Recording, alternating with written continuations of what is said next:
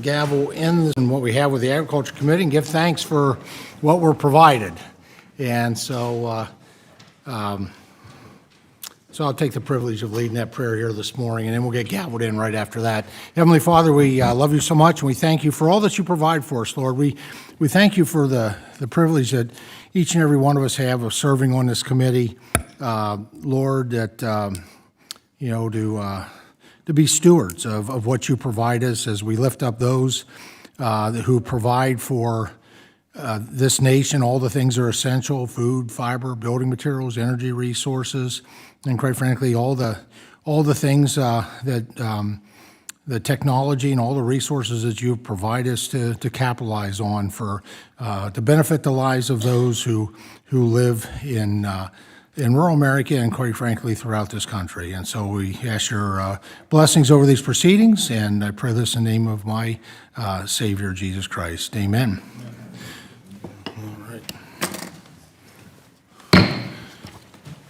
So the committee will come to order. Welcome and thank you for joining today's hearing entitled Closing the Digital Divide in Rural America.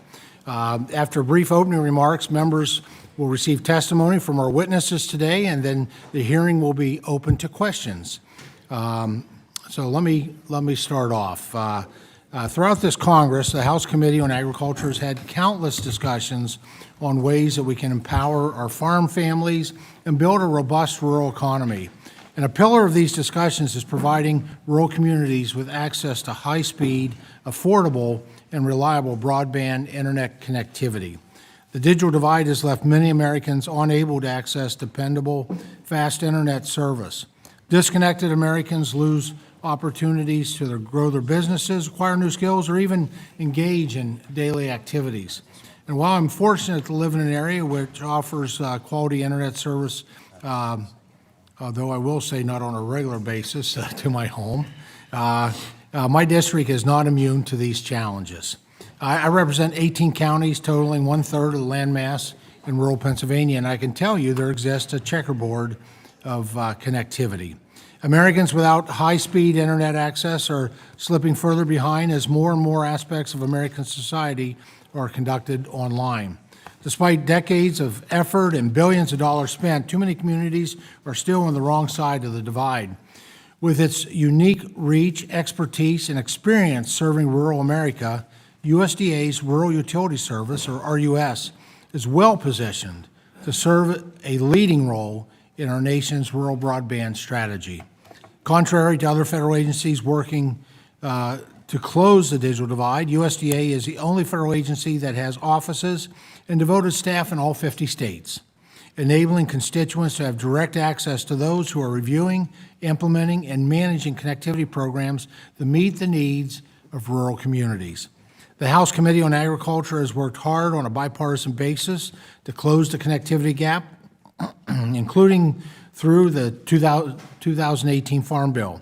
These modifications were the result of years of work to create policies and programs that address the difficulties faced by rural communities. Sadly, too many of those policies and programs remain dormant. These include programs and policies that address qualifying areas, long-term network viability, support for our most remote communities, and program integrity. However, last Congress, this committee introduced, marked up, and passed unanimously bipartisan legislation, H.R. 4374, the Broadband Internet Connections for Rural America Act, or BICRA Act, which set the stage for a historic commitment and investment in rural broadband and for us to finally close the digital divide. Specifically, the bill codified the Reconnect program and merged it with USDA's existing retail rural broadband program. Provided last-minute technical and financial assistance to rural communities seeking to improve their broadband service, ensured accurate mapping of broadband connectivity in rural areas, promoted borrower accountability, and protecting taxpayers with new tools to ensure promised services are delivered to rural communities. It increased resources available to build out middle-mile infrastructure and allocated funds to invest in distance learning and telemedicine capabilities.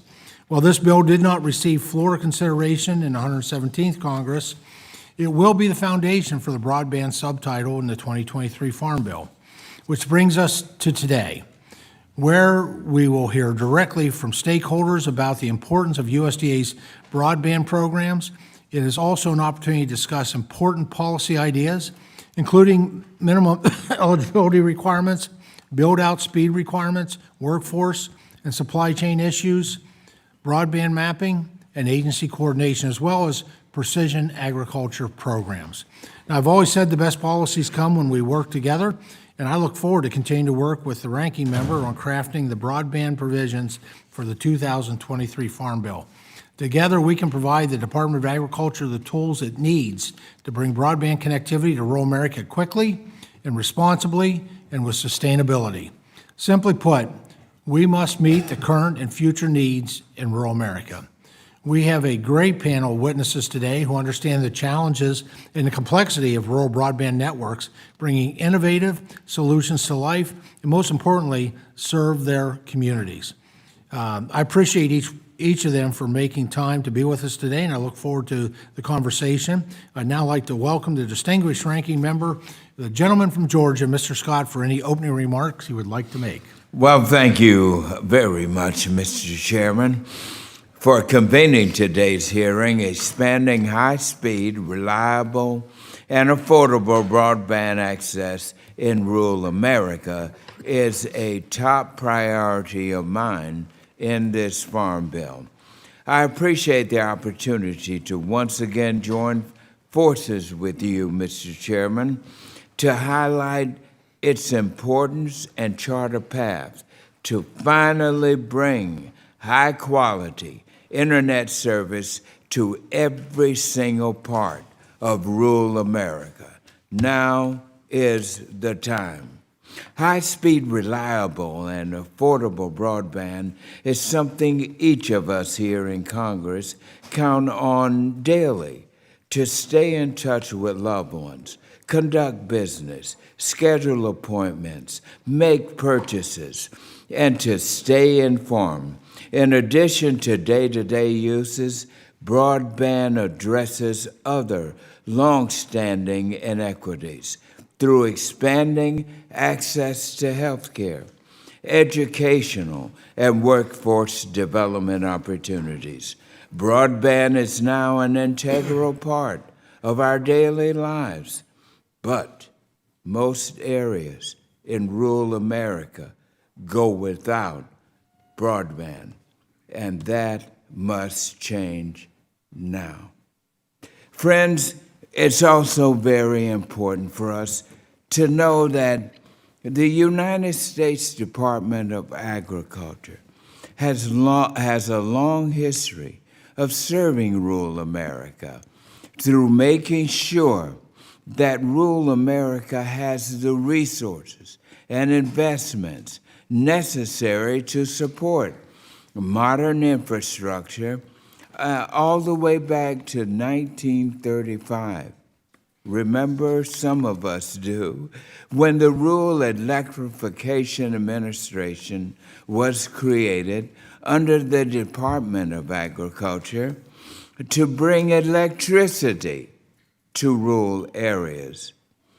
And the Rural Electrification Administration now operates under the Rural Utility Service moniker, reflecting that the agency provides an array of loans, of grants, and loan guarantees to deliver rural broadband, in addition to electricity and drinking water to our rural communities. And since its enactment just before the 2018 Farm Bill, the Reconnect program, administered by the USDA, has delivered a total of $3.86 billion to create and improve high-speed internet access to rural customers. As the primary program used to deliver broadband and financial funding to rural America, I look forward to working with my House and Senate Agriculture colleagues to codify and provide permanence for this program through our upcoming 2023 Farm Bill. And as we consider changes to broadband programs in the 2023 Farm Bill, it is my priority to ensure that these programs support reliable delivery of high-speed, reliable, and affordable broadband that can support modern uses such as telehealth, precision agriculture, distant learning, and our remote work, jobs, and business opportunities, as well as many other potential future uses not yet even imagined. To ensure responsible and effective use of the historic federal investments in broadband, any investments made must support future-proof and scalable broadband networks. That means establishing progressive standards for speed, as well as including considerations for affordability of broadband services and overall network capacity. And finally, I'd like to discuss federal agency coordination. The bipartisan infrastructure bill signed into law provided $65 billion for broadband, with the bulk of that going to NTIA's BEAD program.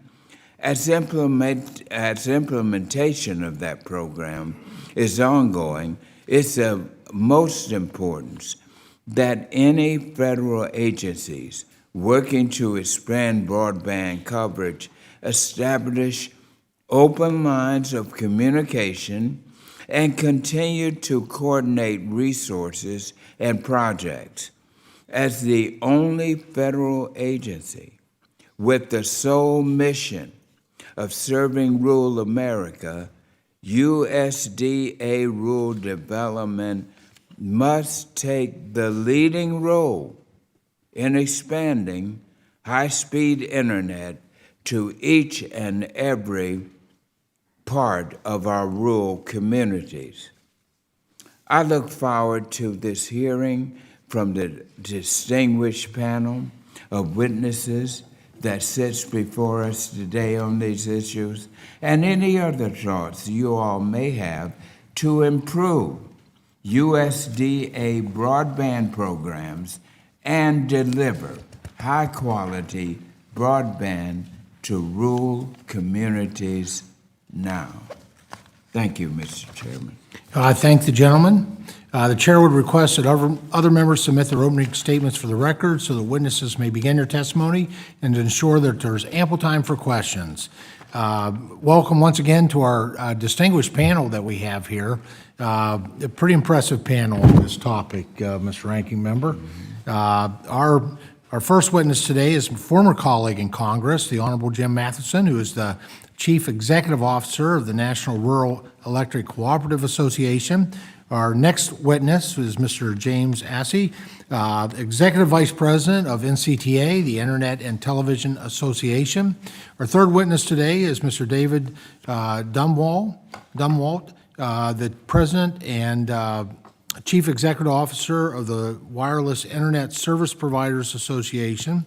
Our fourth witness today is Mr. Tom Stroop, President of the Satellite Industry Association. And our fifth witness is Mr. Bill Hurley, Chair of the Agriculture Sector Board for the Association of Equipment Manufacturers. And our sixth and final witness today is Mrs. Shirley Bloomfield, the Chief Executive Officer of NTCA, the Rural Broadband Association. So thank you all of our impressive witnesses for joining us today, and we're now going to proceed to your testimony. You each have 5 minutes. The timer in front of you will count down to 0, at which time your time is expired, and hopefully we can wrap up whatever point that you're in the middle of. Mr. Matheson, Congressman, please begin when you're ready. Welcome back. It's It's good to be here. Thank you. Thank you, Chairman Thompson, Ranking Member Scott, and members of the committee for this opportunity. I'm Jim Matheson, CEO of the National Rural Electric Cooperative Association, also known as NRECA. NRECA is the National Service Association for 900 electric co-ops that serve 42 million people in 48 states. And as cooperatives, they're owned by the consumers that they serve. And that gives us an interesting perspective on meeting consumer needs because the consumers are the owners of the utility. Their mission, of course, is to provide low-cost, reliable power to their members, and it's been that way since the 1930s. They have a long-standing commitment also to improve their communities in which they serve, and they're actively engaged in many rural economic development efforts that go beyond electrification. Now, today, more than 200 of our members, 200 electric co-ops, are involved in rural broadband deployment efforts.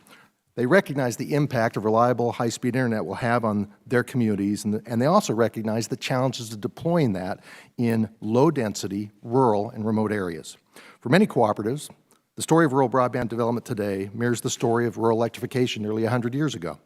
The cost of building and maintaining networks in sparsely populated areas is in difficult terrain, can be prohibitive for many providers. It's a cost-intensive process with little return on investment. Since cooperatives are owned by the people they serve, they understand the need for broadband in these areas and the challenges associated with deploying the infrastructure, which is why some of our members have chosen to include broadband in their book of business. So as this committee works to develop the next Farm Bill, electric cooperatives think there are great opportunities to make improvements to broadband programs at USDA. Specifically, we encourage the committee to make the Reconnect program permanent and easier to access, provide robust funding for rural broadband through USDA, prioritize symmetrical speeds and scalable networks, and invest in middle-mile infrastructure. An affordable and reliable internet connection is critical for growth and development of rural America. We all know that. Broadband is no longer a luxury, but instead it's a necessity for business, for education, for health care across the whole country. Internet-based services are a routine part of modern life, and it's increasingly clear that bandwidth and capacity must meet the needs not just of today, they need to anticipate the needs of tomorrow. Last Congress, this committee advanced the Broadband Internet Connections for Rural America Act, which would make USDA's Reconnect program permanent and would provide consistent funding moving forward. As discussions continue around the future of this and other broadband programs at USDA, let me offer just a few recommendations. First, Congress should prioritize scalable, future-proof networks in any future rounds of federal funding. Without the ability for networks to grow in response to increased bandwidth needs and consumer demands, the challenge of solving the broadband gap in rural America won't go away. In urban areas, gigabit speed networks are becoming increasingly common, yet in many cases the discussion about rural access seems to focus on what is good enough. Broadband services should be equitable no matter where an individual chooses to live, and taxpayer dollars will be best spent supporting networks and technologies that can meet both current and future needs. Second, the definition of an area unserved by broadband should be raised to include areas that do not have at least 100 over 100 megabits per second. Building networks in low-density, hard-to-reach areas is challenging, but Congress must prioritize networks that can meet consumer demand and ensure that residents in these areas are able to receive a quality service regardless of whether they're considered unserved or underserved. Third, the time-consuming and difficult application process should be streamlined. The submission portal is not user-friendly, and some have commented that attempting to fill out the program application is like having a second job. For small providers with limited resources, this is incredibly challenging and can be prohibitive. And finally, the committee should once again authorize a middle-mile program at USDA. Access to this infrastructure can make a big difference in reducing the cost to deploy last-mile networks in rural areas. However, many rural providers lack access to a robust middle-mile connection. Electric cooperatives are increasingly deploying fiber infrastructure as part of their electric utility network, which enables a high-bandwidth, low-latency internal communication system to support electric utility operations. Beyond lowering energy costs, a fiber backbone allows co-ops to expand other technology offerings such as distributed energy resources, electric vehicle access, or expanding retail broadband, leveraging excess fiber capacity from their internal communication systems to provide middle-mile access to other third-party providers, such as local cable providers, small telephone companies, and wireless internet service providers, enables a critical link between the internet service provider's local network and the broader internet ecosystem. Let me just close by saying rural electric cooperatives are deeply committed to bridging the digital divide and connecting rural homes and businesses with reliable and sustainable high-speed broadband service. As this committee considers opportunities to expand broadband access in rural America, I do appreciate the opportunity to provide the cooperative perspective on USDA's broadband programs. NRECA and the nation's electric cooperatives look forward to working with this committee and others in Congress to address these issues and close the digital divide once and for all. Thank you. Thank you, Ms. Matheson. Mr. Assey, please begin when you're ready. Thank you, Chairman Thompson, Ranking Member Scott, and members of this committee. It's a distinct pleasure and honor to appear before you today on this important topic. As we review our current and future efforts to close the digital divide across rural America, it's worth reflecting on the journey. A journey that, perhaps informed by our own experiences during the COVID pandemic, that is propelled by our growing understanding that broadband and high-speed connectivity are increasingly central to how we learn, how our families connect, how our businesses operate, and generally how we participate in a 21st century society.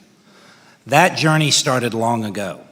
It has been fueled over time by competition and private capital investment that has resulted in the rapid growth of networks across much of the country. Over the last decade, the cable industry alone has invested over $185 billion to build and expand both the reach and the capabilities of its networks. Today, 86% of the country has access to wired broadband from a cable and/or fiber provider.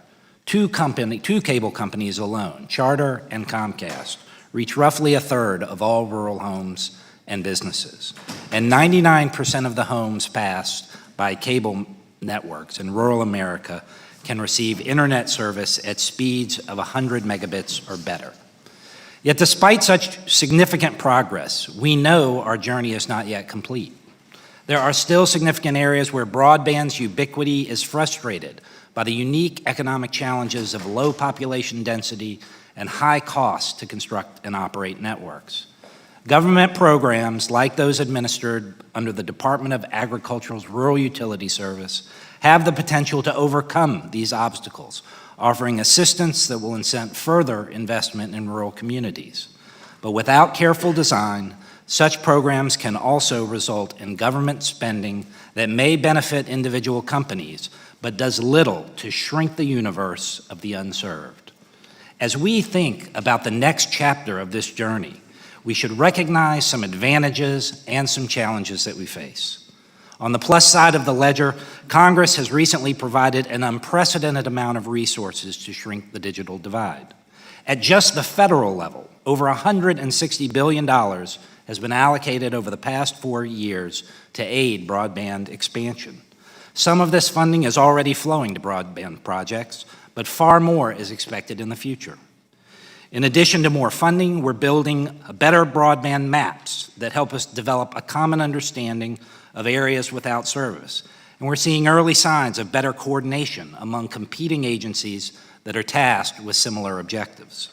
These developments give us hope that we're poised to make significant strides over the next few years in reducing the roles of the unconnected. But along with such opportunity comes risk. Indeed, history has shown us that in the absence of proper program design, focus, and coordination, there remains a high risk that resources will be squandered and that good intentions will fail to translate into broadband connections for those most in need. For that reason, as the committee considers new legislation addressing RUS broadband programs, it should recognize that future actions to close the digital divide may have less to do with a call for new capital and more to do with the direction needed to ensure proper program design and administration. In particular, we would urge the committee to consider the following areas of reform. First, the need for greater clarity and focus in directing funding distributions to unserved areas. Second, the need to modernize application requirements that would encourage participation among qualified providers. Third, the need to eliminate status-based scoring priorities and other preferences that thwart fair competition. And last, the need to address execution challenges like permitting and access to utility poles that can stall the efficient completion of construction projects.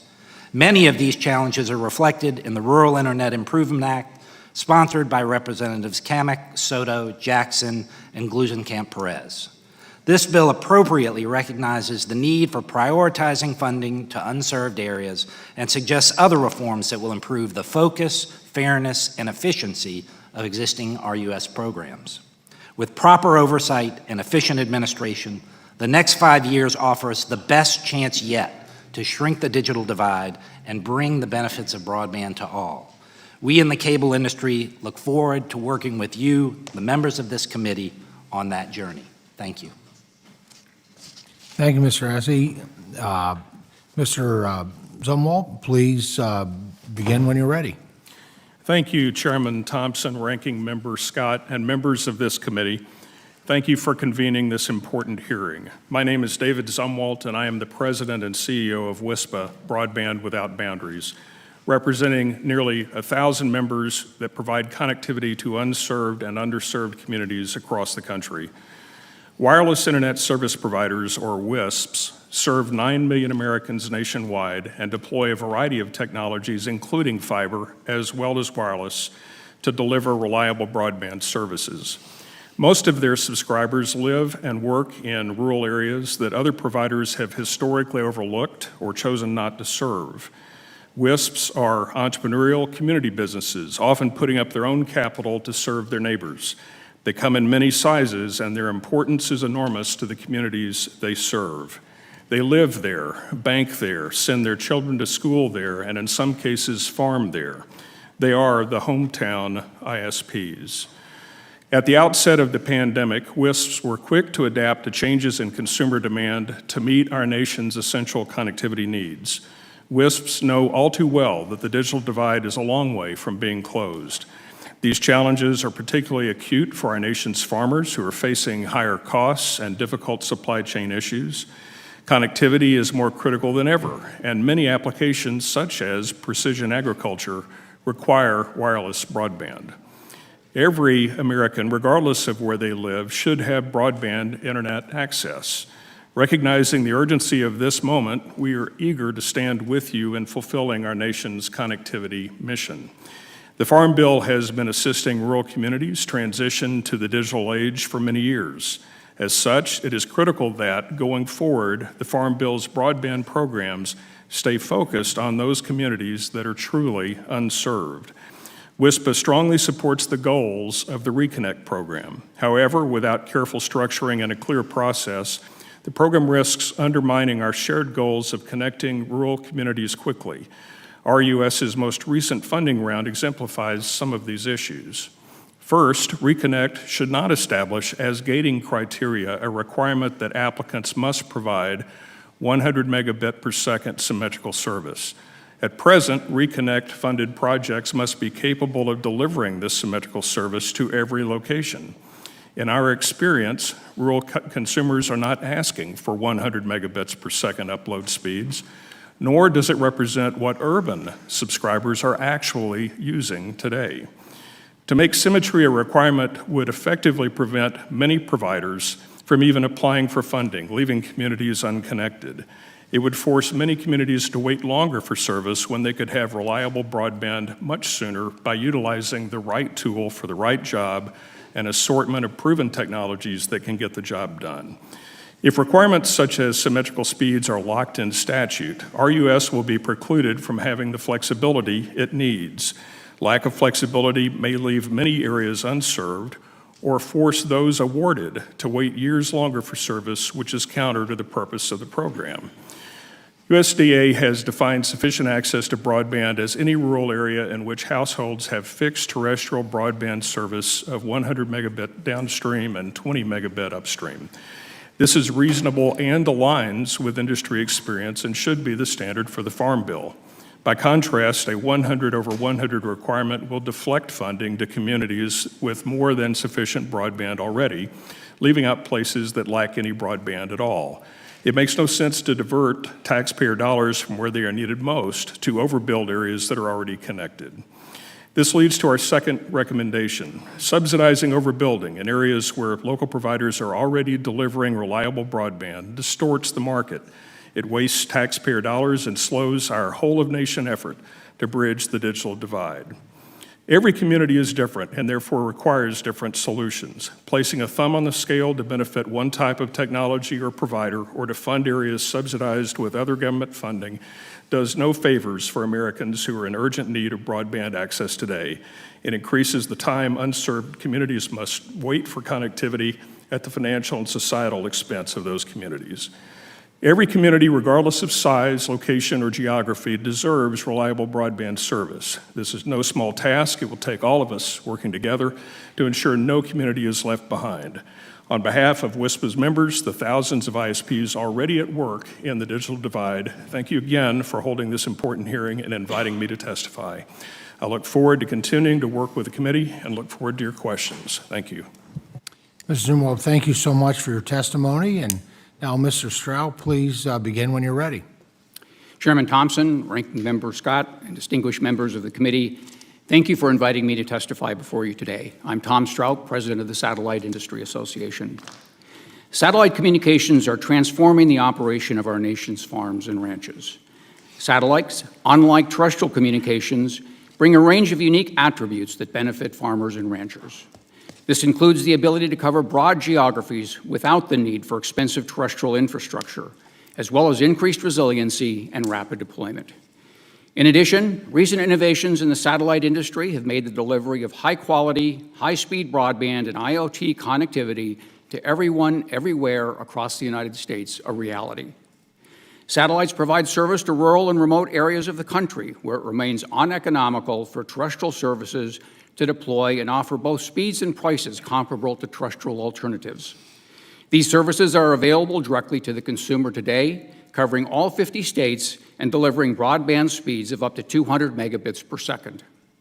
Satellites enable remote farms with livestock sensors, soil monitors, and autonomous farming equipment in rural America, far beyond where terrestrial wireless and wireline can reach or make economic sense to deploy. Precision GPS technologies allow farmers to increase crop yield by optimizing use of fertilizer, pesticides, herbicides, and applying site-specific treatments to fields. Earth imaging satellites provide high-resolution imagery that allows farmers to determine when to plant, water, or fertilize crops. And satellite advances in weather forecasting help farmers prepare for drought, floods, and other adverse weather conditions. Satellites are critical to 5G and IoT applications that will enable the next generation of farming technologies. Satellite communications allow for remote control of driverless tractors and network connectivity between equipment at large farms where equipment may not be in the same sight line. Indeed, John Deere estimates 50 to 100,000 of its machines will be connected to satellites by 2026. We are at a time of tremendous innovation in the space industry, with nearly 8,000 active satellites on orbit today and plans for tens of thousands more through the end of the decade. And individual geostationary communication satellites are launching that provide greater capacity than some existing fleets combined.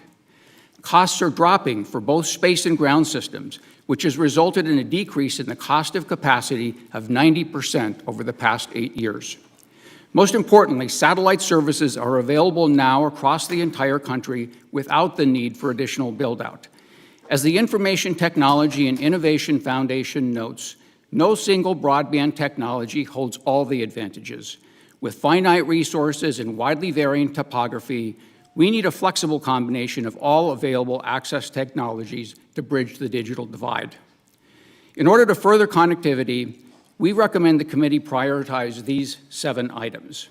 First, include provisions that offer financial incentives or tax breaks to satellite internet providers to encourage their participation in rural broadband expansion. Second, allocate specific funds or grants to support the development and deployment of satellite projects, particularly those focused on serving rural and remote areas. Third, ensure that legislation adopts technology-inclusive language and requirements, allowing for flexibility and inclusivity in deployment strategies. Congress should encourage competition and innovation among various broadband providers, including satellite companies, and allow affordable solutions to reach rural America where fiber build-out is not economically feasible. Fourth, interagency collaboration is needed to simplify and streamline the regulatory processes for satellite internet providers. This includes working to adopt and implement a common set of performance targets to reflect the needs of agriculture, a recommendation supported by the Precision Ag Connectivity Task Force. Fifth, ensure sufficient spectrum resources are available for satellite broadband and IoT providers to deliver high-quality and high-speed services. Sixth, encourage partnerships with satellite companies and other stakeholders, such as local communities, educational institutions, and public agencies. And finally, allocate funds for research and development initiatives focused on advancing satellite technology, capacity, and affordability that will lead to increased opportunities for rural connectivity. I appreciate the opportunity to appear before you, and I am happy to answer any questions. Thank you. Mr. Traub, thank you so much. Mr. Hurley, please begin when you're ready. Chairman Thompson, Ranking Member Scott, and distinguished members of the committee, thank you for the opportunity to appear before you and for holding this hearing today. My name is Bill Hurley. I currently serve as chair of the Ag Sector Board of the Association of Equipment Manufacturers. I'm also a vice president with the AGCO Corporation headquartered in Duluth, Georgia. I was born and raised in Franklin, a small town in central Texas with a population of less than 2,000. My family had a small farm not far from there in a place called Ridge, where my grandmother lived. I spent a lot of time on that farm and with my grandmother, and I vividly remember the challenges that came from the 10 families sharing the party line. While we have come a long way since then, today's hearing is a reminder that we have still not fully closed the digital divide in rural America. AEM is North American-based international trade group representing off-road heavy equipment manufacturers with more than 1,000 companies and more than 200 product lines in the ag and construction-related sectors worldwide. The equipment manufacturing industry supports 2.3 million jobs in the United States and contributes $316 billion a year to the U.S. economy. The men and women who make the equipment that builds, powers, and feeds the world are not just welders, fabricators, and machinists. Many are farmers and ranchers, and 1 in 3 of them live and work in rural communities. Our industry is not only deeply connected to rural America, we are a big part of it. Equipment manufacturers are proud to provide American farmers and ranchers with the next generation of innovative tools. But they cannot take advantage of the benefits of precision ag technologies without reliable and affordable connectivity across all of rural America. Precision ag leverages technologies to enhance sustainability through more efficient use of critical inputs such as land, water, fertilizer, and pesticides. For example, at full adoption, herbicide use could be reduced by 15%, and water use could be decreased by 21%. However, today, just 1/4 of farms in the U.S. are currently able to leverage precision ag due to the lack of high-speed connectivity. Reliable internet access and smart policies that help farmers and ranchers adopt these cutting-edge technologies will lead to a transformative shift in ag practices that drive productivity while conserving resources. A multifaceted strategy, including fiber optic, low Earth orbit satellites, and 5G, will continue to close the rural connectivity gap, enabling farmers and ranchers to leverage important technologies and management strategies that will help them produce more with less. For these technologies to deliver their full value, we need technology-neutral development of broadband dollars. It is imperative that all aspects of rural America are connected, from the hospital to the school and from the farmhouse to the field. We should not prioritize one technology over the other, but rather take an all-encompassing approach. If not, many parts of rural America will be left further behind. Other game-changing technologies such as soil and weather sensors, machine learning and autonomy, and equipment tracking rely on connectivity. The opportunity in front of us is to prioritize connectivity for the essential food supply chain across rural America versus entertainment streaming speed. The 2023 Farm Bill is this committee's opportunity to fully embrace the potential of these technologies by including 2 bipartisan pieces of legislation in the final package. The Precision Ag Loan Program Act establishes the first federal precision ag loan program within the Department of Ag's Farm Service Agency. Loans at lower interest rates and extended terms will give small and mid-sized producers the tools they need to monitor, manage, and maximize their operations while significantly reducing their environmental impact. The Precise Ag designates precision ag as an applicable practice in the EQIP program and allows ag technologies do and will continue to play a huge role in conservation. AEM believes that these two bipartisan bills provide an all-encompassing approach for the adoption of precision ag technologies and respectfully urges the committee to include them in this year's Farm Bill. The implementation of precision ag technologies depends on the successful deployment of broadband dollars. It is imperative that we work together to ensure that rural America has the same affordable and reliable connectivity as the rest of the country. I thank you for inviting me here to testify today, and the Association of Equipment Manufacturers, Mr. Chairman, looks forward to continuing to work with members of this committee. Ms. Hurley, thank you so much for your testimony. Now, pleased to recognize Mrs. Bloomfield. Please begin when you're ready. Chairman Thompson, Ranking Member Scott, and members of the committee, good morning and a sincere thanks for the opportunity to testify today. NTCA members across the country deploy cutting-edge broadband networks in deeply rural areas and deliver services that are just as robust as those that are available in urban markets. 80% of my companies have, 80% of the customers have access to fiber to the home technology. These providers stand ready to help bridge the digital divide in areas that they serve today and to go beyond, to keep their good work and deploying broadband to connect the rest of the world. So building upon these efforts, I really appreciate the opportunity to share how critical this committee's efforts are with USDA oversight to the deployment of broadband in rural communities. I'm Shirley Bloomfield, CEO of NTCA, the Rural Broadband Association. We represent over 850 community-based providers who are leading innovation in small town and rural America. NTCA members offer broadband, voice, and other advanced communication services across over 30% of the landmass, but with less than 5% of the population. This part of the country was left behind nearly a century ago by nationwide carriers, and there is no question that small rural internet service providers are a critical part of the equation as we work to provide rural Americans with affordable and reliable internet services that will meet the needs of today and withstand the test of time. RUS within USDA has played a very significant role in enabling much of this deployment to date, and it's uniquely well positioned to serve and close the divide for the benefit of still unserved Americans. And it should be tasked with doing so in a way that will ensure that the divide stays closed. As members of this committee assess how best to structure broadband funding programs, success in these programs should be measured by actual results on the ground rather than promises made. And we should all note that what matters most to rural Americans is not merely the deployment of broadband, but the quality, reliability, and affordability of the services they receive. As this committee and Congress deliberates the 2023 Farm Bill, I offer some recommendations on how to close the divide. First, we should build networks in rural America that are just as robust and reliable in those available in urban areas. I encourage the committee to make sure program requirements are driven by the long-term needs of these communities. To that end, the Farm Bill should maintain high-speed symmetrical broadband networks of 100 over 100 megabits. This threshold has been in place for several rounds of USDA's Reconnect and has led to 4 to 5 times greater demand for funding than is available. It ensures the needs that rural consumers are met. It is the best use of limited taxpayer dollars by building it right the first time, and promotes meaningful competition among providers of all types. So with that in mind, this Farm Bill is not the time to move the program and the rural Americans it serves backwards.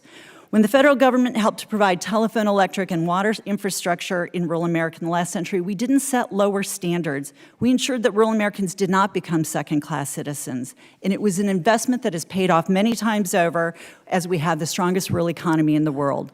Second, close coordination with federal and state agencies is essential. There are enough and underserved Americans awaiting connectivity to not waste precious resources overbuilding government-supported networks with government funds. Third, we urge policymakers to look local when it comes to identifying broadband solutions in rural America and to leverage the expertise and the experience of smaller community-based providers, regardless of their corporate form, in overcoming these challenges. NTCA service providers are based in their communities and have a long-standing relationship and track record of performance. It is a very different measure of customer service when you're running into your customers in the grocery store. Lastly, the committee should consider ways to streamline historical preservation requirements and environmental reviews that often result in significant delays. In fact, we still have members who were notified of winning Reconnect Round 1 who have yet to receive their funding due to these delays. I also want to take this opportunity to thank members of the committee, Representatives Nunn and Craig, and other co-sponsors for introducing the Reconnecting Rural America Act, which would ensure networks continue to be built at 100 symmetrical, agency coordination is strengthened, there's a level playing field with those local providers with a proven track record being strongly urged to participate. And I also want to thank Representative Fintra for his recently introduced Rural Broadband Modernization Act, which includes many of these same very important provisions. I thank the committee for its leadership. We still clearly have much work to do in both deploying networks where they remain lacking and operating networks where they are already built. And this is where this committee plays a really important role in helping to build and sustain broadband in rural markets that could not otherwise justify such investments. With the RUS programs, you help to provide the tools that not just help rural America survive, but to thrive. So I look forward to sharing more about what we can see on the ground and what we are seeing on the ground as NTCA members continue to build smart rural communities and to help fuel a needed rural renaissance. Thank you very much. Thank you, Ms. Bloomfield, for your testimony, and thank you all for your important testimony today. At this time, members will be recognized for questions in order of seniority, alternating between majority and minority members, and in order of arrival for those who joined us after the hearing convened. You're going to be recognized for 5 minutes each in order to allow us to get to as many questions as possible. And I now recognize myself for 5 minutes. Mr. Matheson, as you know, USDA is the prime agency to help address the needs of rural America, including access to high-quality, broadband connectivity. Since the early 2000s, USDA has received billions of dollars to accomplish this goal, with thousands of projects receiving federal funding. Do you believe that USDA is best suited to address the rural connectivity issues?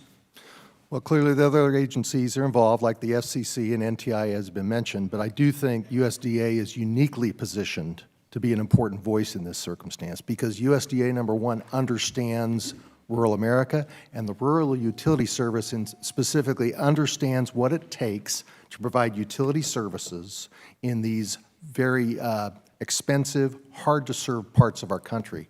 I think that makes the program work better. I think USDA's participation in broadband deployment has had an effect where it has moved other federal agencies to be more aggressive than they might otherwise have been. I think USDA has been a leader in pushing for better speeds, better requirements, and so I wholly endorse RUS being an active role in rural broadband development. I think that perspective is very valuable to rural America.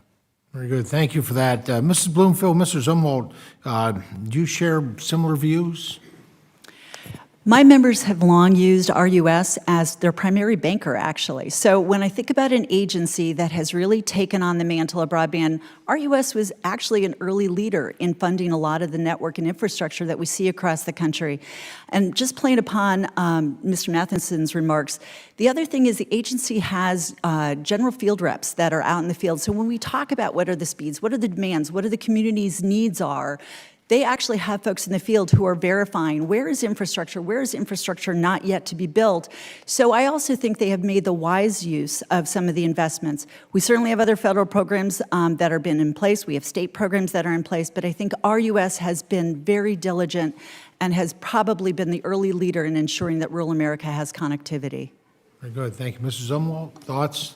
Most of our members have had success in other programs besides the RUS programs, although some are participating. I would agree that RUS or USDA is the proper place for this activity because of the longstanding history that USDA has representing the interests of farmers and our agricultural community.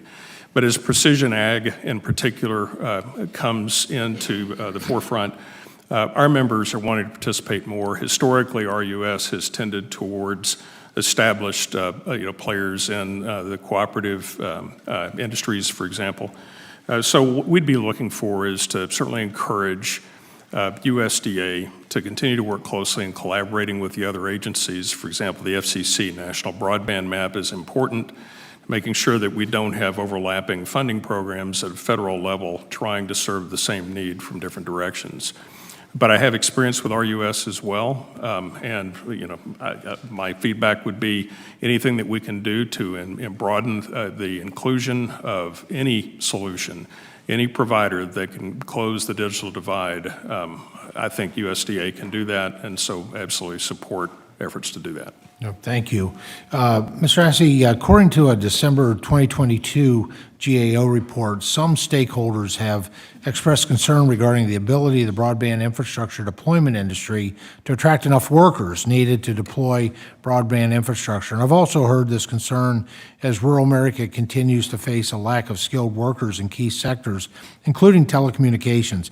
Given the influx of federal funding for broadband infrastructure, what can we do to strengthen private workforce development opportunities and grow labor opportunities for those in this sector?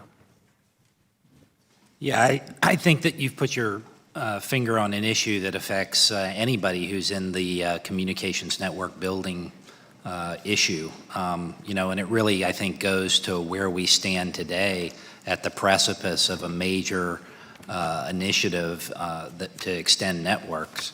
One of the things that I think many of the companies that I represent, they're in the business of doing this on a day-in, day-out basis. Whether or not they are applying for government support or not, it's important for them to have a skilled workforce to be able to extend, upgrade networks on a regular basis. So we spend a lot of time. We work with private industry groups to make sure that there is a workforce certification and development. But there's no question that we're going to need more people if we want to advance rapidly in building networks, and we're going to be competing in a labor pool for workers that are going to not just be building communications networks, they're going to be building roads, bridges, other sorts of things too. So it's certainly something that we welcome working with this committee and others in Congress to try and improve. Thank you so much. My time has expired. Now pleased to recognize the gentleman from Georgia, the ranking member, for 5 minutes of questions. Thank you, Chairman.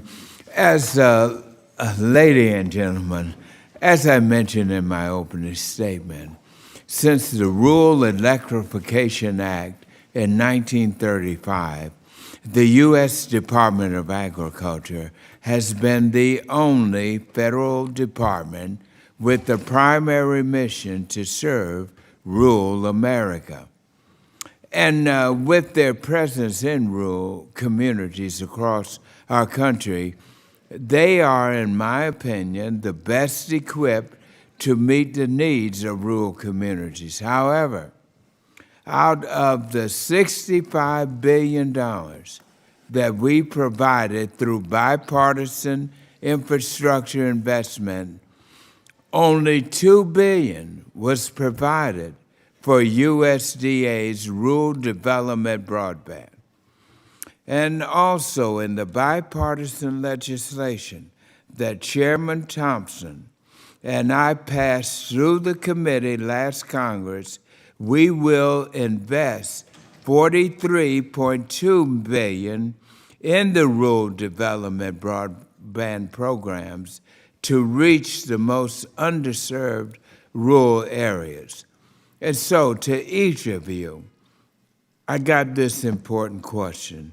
Could you tell us the importance of giving the U.S. Department of Agriculture the leadership role in deploying broadband to rural America, and also what, in your opinion, level of financial resources that will be necessary for rural communities to access federal funding and to meet our collective goal of expanding broadband service to 100% of rural America? Each of you, please. Mr. Matheson, we'll talk with you and go down Okay, And thank you. after you, the lady, so we can get in the middle. Okay, look, I think to expand on what I previously said about the value of the Department of Agriculture perspective, they know rural America. They prioritize issues that matter to rural America in their broadband funding. In terms of rurality or low population density, that's one of their criteria they look at. Look, this is important for these rural areas. Let's put this out there. Internet service matters. Affordability matters. America's electric cooperatives serve 92% of the persistent poverty counties in America. So investments in broadband for these counties that have persistent poverty, it's an opportunity for economic development that means something in terms of looking forward in the future. I think the Department of Agriculture has the right perspective to do this. Look, there's a lot of other money, as you mentioned, Mr. Scott, in terms of other programs. I get that, and we're going to pursue all those opportunities, but we're glad RUS has an important role. Ms. Bloomfield?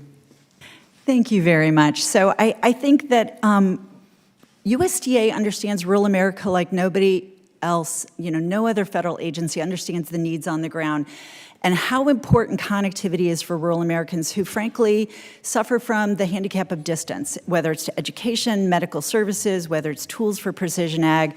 So there is no other agency that is more in tune to what rural America actually needs.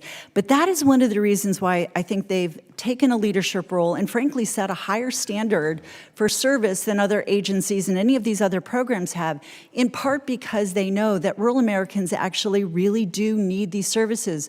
We saw during the pandemic how people used internet and broadband for all of the different reasons that they did. But I still see, I look at companies like Pineland Telephone Cooperative down in Georgia, that frankly today all of their customers have symmetrical speeds because they know that that is the way people can utilize getting to market, doing the services they need, and frankly make sure that we continue economic development. So USDA has been primarily focused on really how to best serve rural America. So I think they are a very critical player. Mr. Straub? Thank you. Thank you. Unlike most of the other representatives here, our infrastructure is deployed in space, and so there's no further cost associated with covering rural America. The service that you get is comparable between cities, between rural America. So really the additional funding would be made available for access to earth stations, to consumer equipment. But I definitely feel that USDA has an important role to play. I would also like to emphasize the point that Mr. Zumwalt made previously, which is the need for coordination between the other funding organizations. Thank you. So, the entire panel, my time has passed, but it's important that each of you do agree that the United States Department of Agriculture is the one best suited to lead and coordinate the effort. Is that correct? Yes. Thank you. The gentleman's time has expired. Yes. Thank you. I recognize Mr. Crawford for 5 minutes. Thank you, Mr. Chairman. Ms. Bloomfield, talk about long-term. We know what it looks like now. We know what broadband looks like currently, and USDA's role in that. How do you think Congress should help to ensure that we're looking long-term, meeting the needs of consumers, and specifically with regard to broadband deployment loan and grant programs? So I think the committee has really taken a forward look, so I really appreciate your asking that question. I think that it's thinking about some of the things we think so much, we get really wrapped up in capital expenses. So what does it cost to actually build the infrastructure? I think one of the other reasons we are very bullish about different technologies, it's going to take every tool in the toolkit, but definitely focused on fiber deployment where possible, because of the fact that in a rural area, for example, at the end of the day, your OpEx becomes lower. It means we have a thing in rural America when we provide service that's called windshield time. Our techs have to drive 3, 4, 5 hours to get out to a home that has a troubleshoot. Using technology that will reduce those OpExes actually just makes these operations more efficient. The other thing is, I think we're just on the cusp in these rural areas of actually seeing some of the services that really can transform lives, like telemedicine.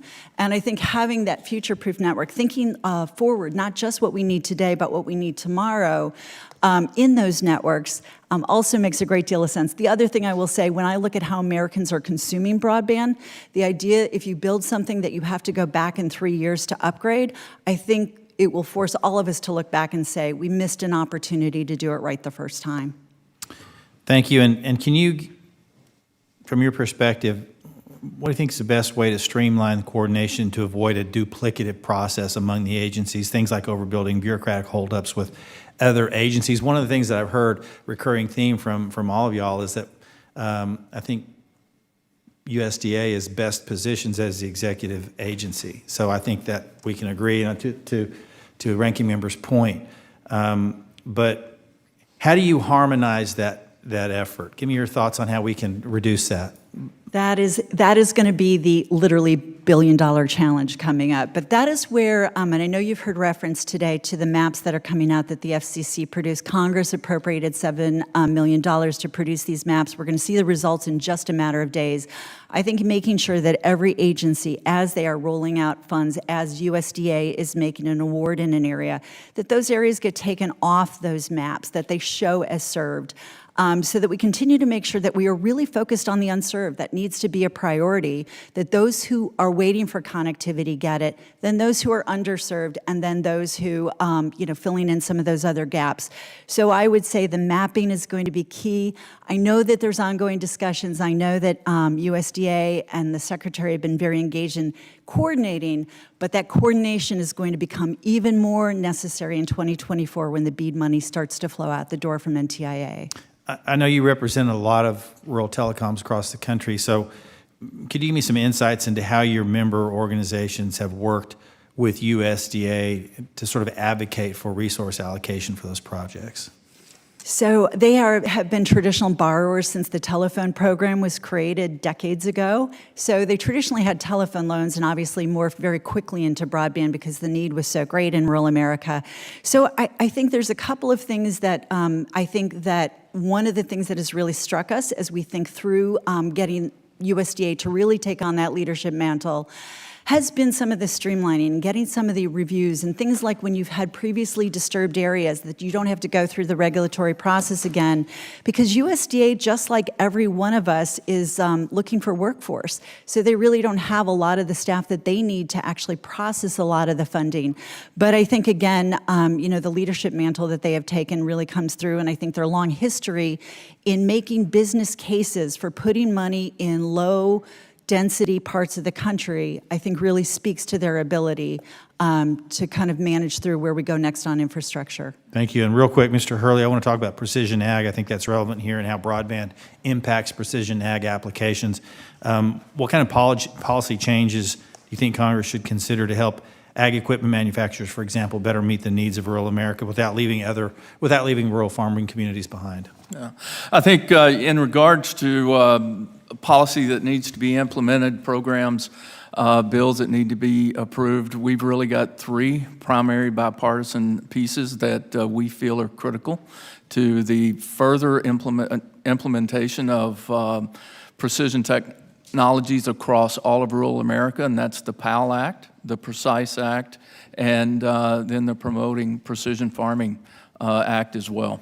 Thank you. I appreciate it. Thank you all for being here today. Mr. McGovern. Well, thank you, and thank you all for being here today. This is an important topic.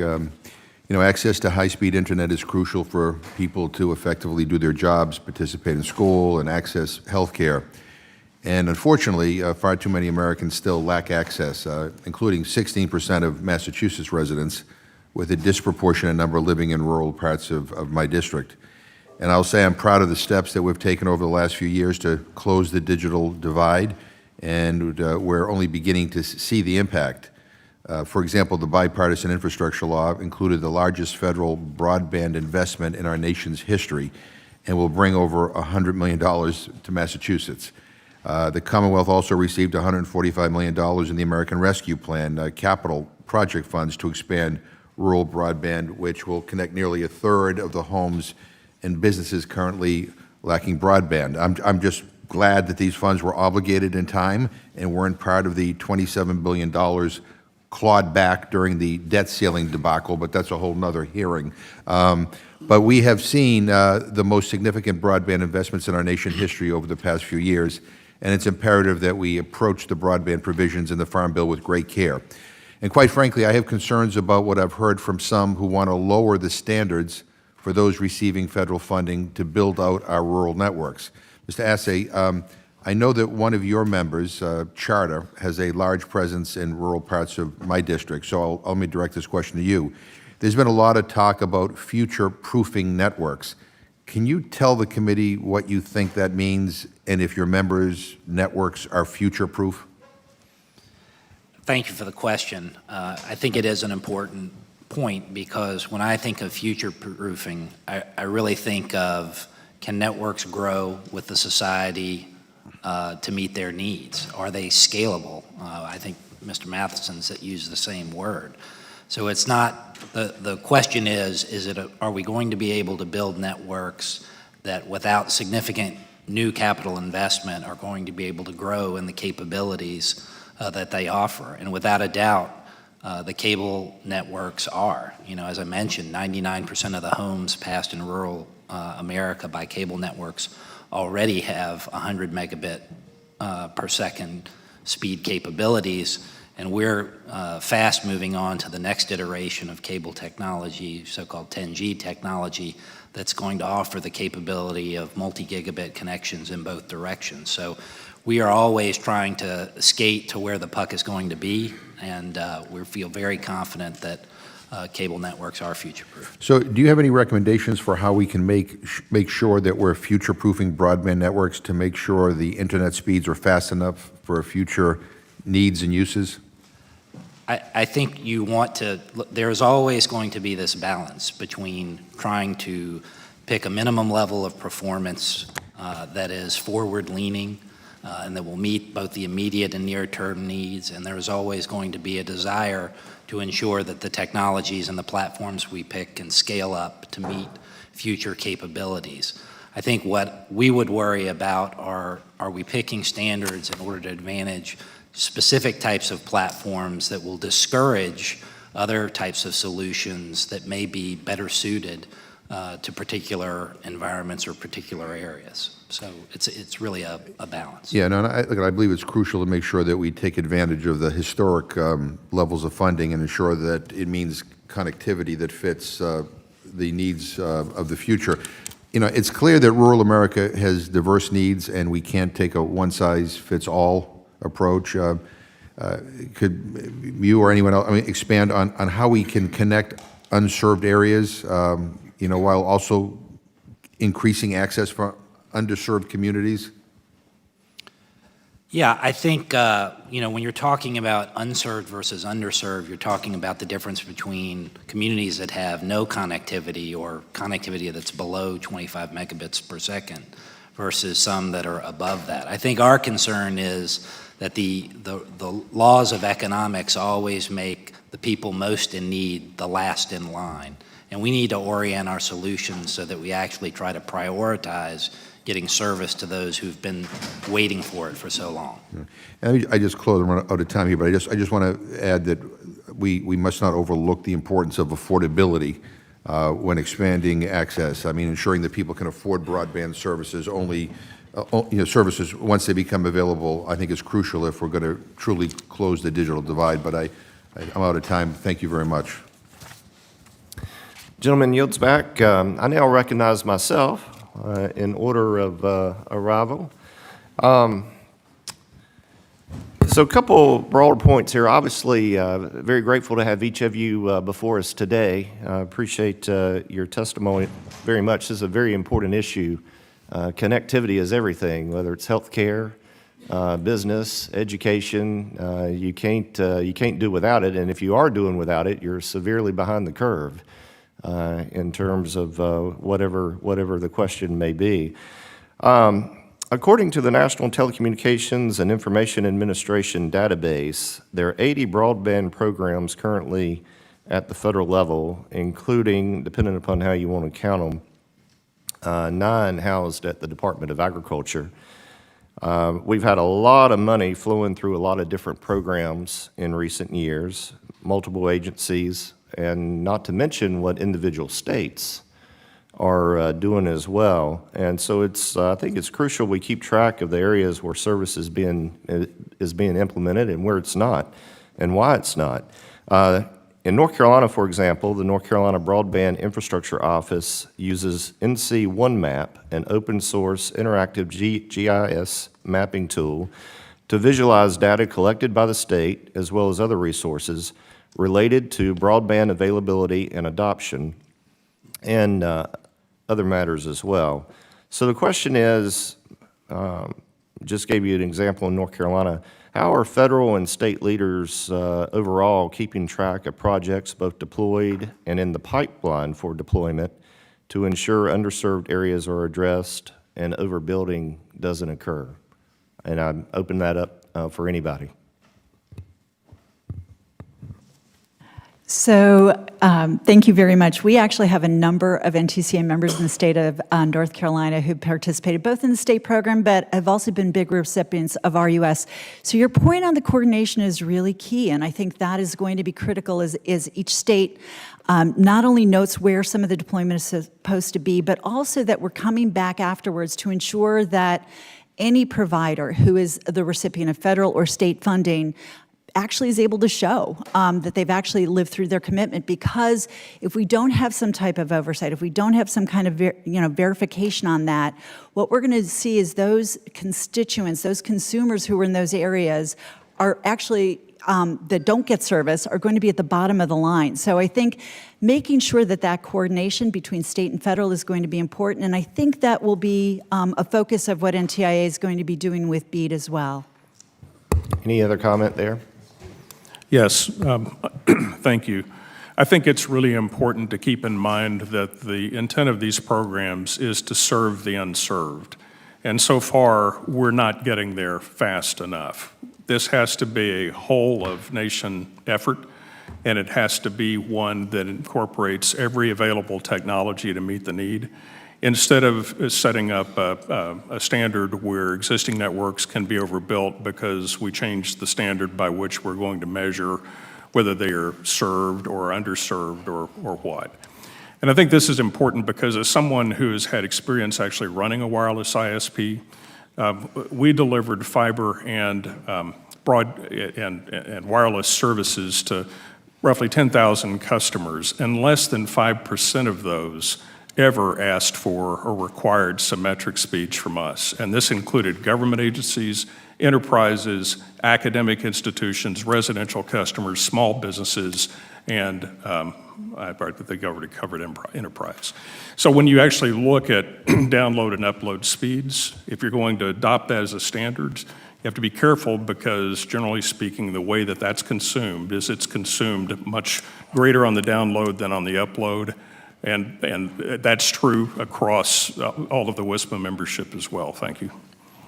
I've only got about 48 seconds left. To follow up on that, my experience with government is you have a lot of stovepiping. When I read there's 80 different programs, I'm certain that one agency is not necessarily talking to the other agency. We'll get into that later. Here's my final question, though. Technology changes rapidly. You could lose your shirt in broadband. Elon Musk says he'll have the whole world covered in 3 years. I think I read that somewhere. Maybe a little bravado in that. But hey, technology changes. How do you balance the equation of financing technology, where the ball is going to be in the future? That's a big question for all of you. Well, what we're seeing is that the total cost of ownership of a network is going to define what a carrier is actually going to be doing. Now, if you're going to subsidize operations and say, we're going to give you a bunch of money to buy something for 30 years, perhaps they'd buy something differently. But the market actually is a very effective source for determining what the best technology is to use in a time. And if you look at what the broadband carriers are doing, they all upgrade as demands change over time. My time has expired. I now recognize the gentlelady from North Carolina and my friend, Ms. Almuth. Thank you very much, Chairman, the gentleman from North Carolina, and Ranking Member for hosting this hearing on the digital divide and for your opening remarks. I do want to thank the witnesses as well for offering your insights on this important topic. The digital divide and broadband equity are important to me because the constituents that I represent disproportionately shoulder the effects of this divide. The picture in Mecklenburg County in North Carolina's 12th District, where I represent, is a stark one. A recent estimate from the Center for Digital Equity found that 21% of Mecklenburg County households had, at best, dial-up speeds for their home internet, and 14% of households, almost 55,000 in number, had no internet at all. So looking at the entire state, more than 1 million Carolinians are, in the words of our governor, on the wrong side of the digital divide. It was especially revealing how disproportionately communities of color, especially African Americans, are suffering, especially at our HBCUs, our predominantly African American institutions, our 1890s. There are 19 across the country, and we have one in North Carolina. The pandemic showed our communities how crucial dependable internet access is for education, for medicine, and for finding employment. So this hearing has been edifying in thinking about coordinated approaches to bring access to all. I have several questions for the panel, and any of you can answer this. As broadband continues to be deployed to unserved and underserved communities, how can we ensure that those within each community are actually able to afford high-speed, high-quality services post-deployment? I'll just take the first Yes, crack. ma'am. There's a If you would. very important program called ACP, which is part of the Infrastructure Act that really ensures that those who are low income have access to connectivity.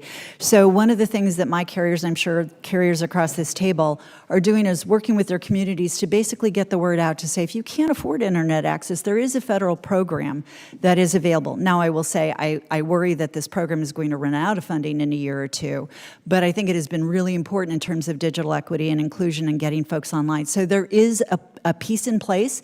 It is already underway, and I think that most of the carriers probably represented here today are actively looking to get subscribers that you mentioned online. Thank you. So could any of the others of you speak about how your associations and the internet service providers within your associations are focusing on addressing these disparities?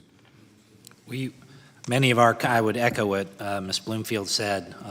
Our companies are committed to trying to make sure that all their customers can get access through ACP. We're working with many trusted digital navigators, civic organizations to get the word out about this program, show people the full benefits of broadband, and we're committed to this cause. Okay. Does anybody else want to comment? Yes, sir. I would just like to add that in addition to hoping for the continuation of ACP, which may or may not happen, if you look at the individual service provider performance, they're looking for a way to keep their costs low so that they can pass those savings on to their customers regardless of what level of assistance they have.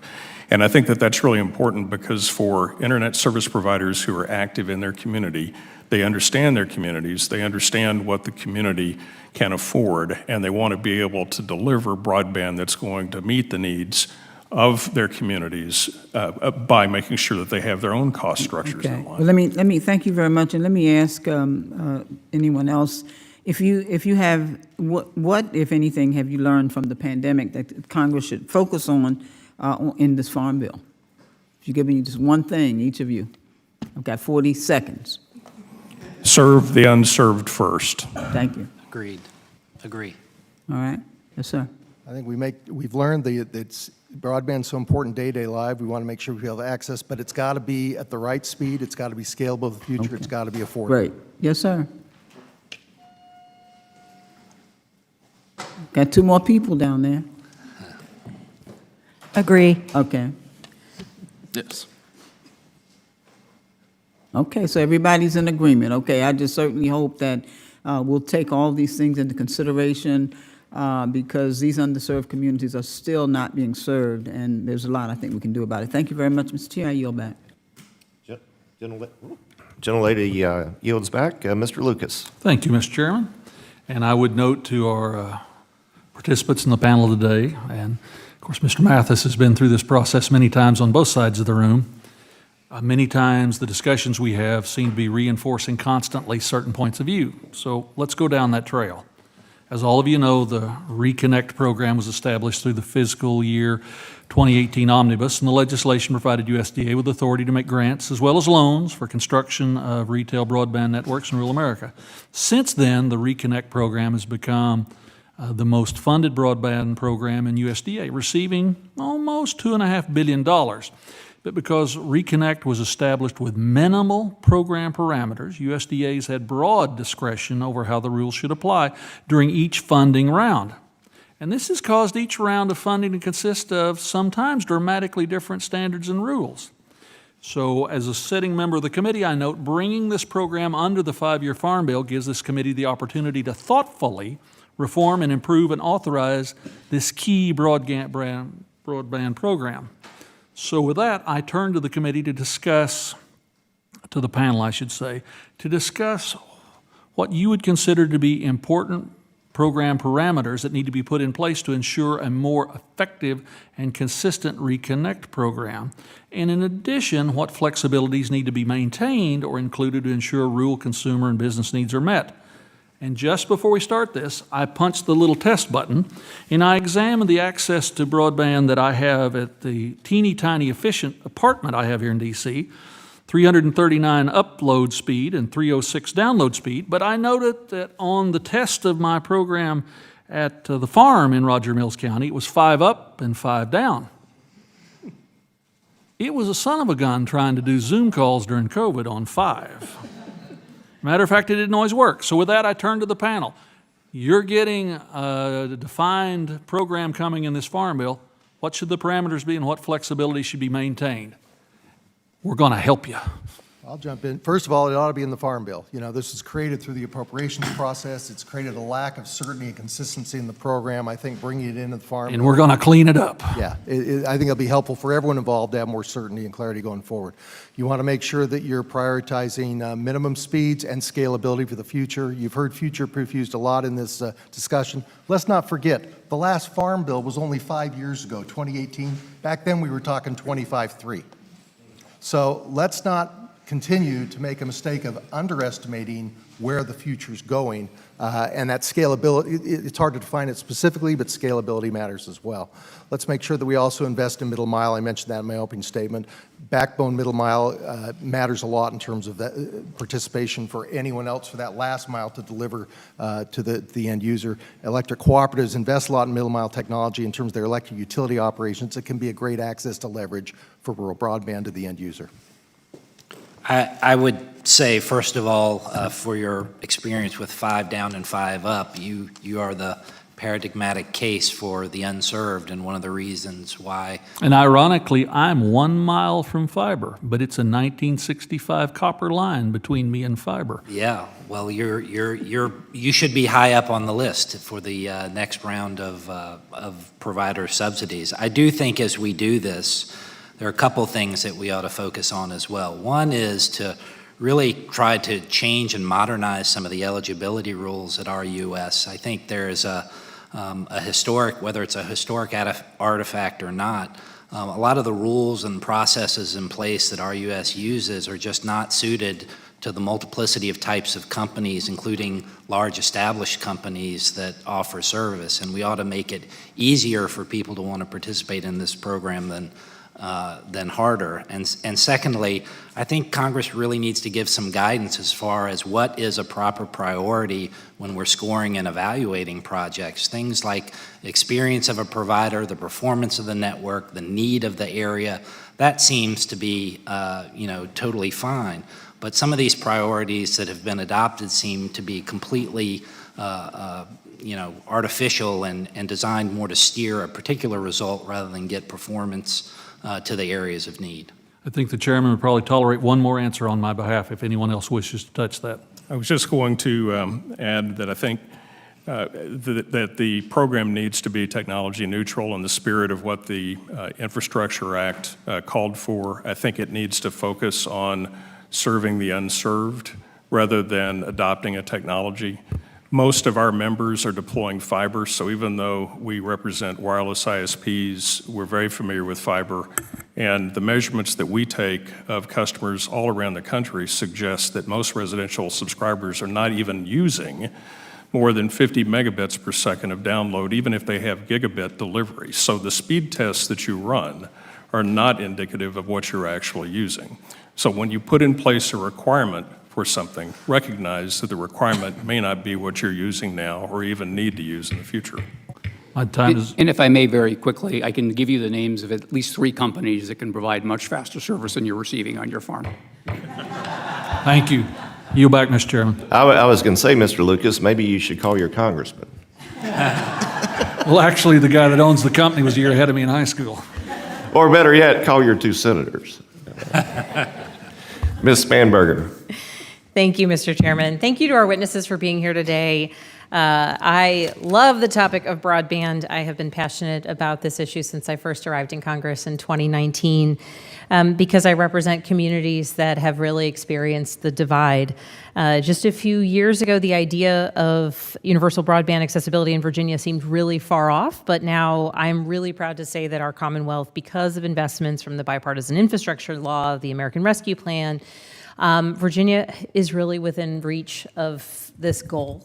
And the district that I represent spans localities where we have suburban communities with easy access and many rural communities that over the years have really known the hardships. It's been discussed, of course, that during COVID we saw what this divide was like, and even across superintendents, county to county, some were able to have Zoom classes for the students, and some were putting up mobile hotspots at the Food Line parking lots because that's the way the kids were learning, and they were, giving packets out, and that just shouldn't exist.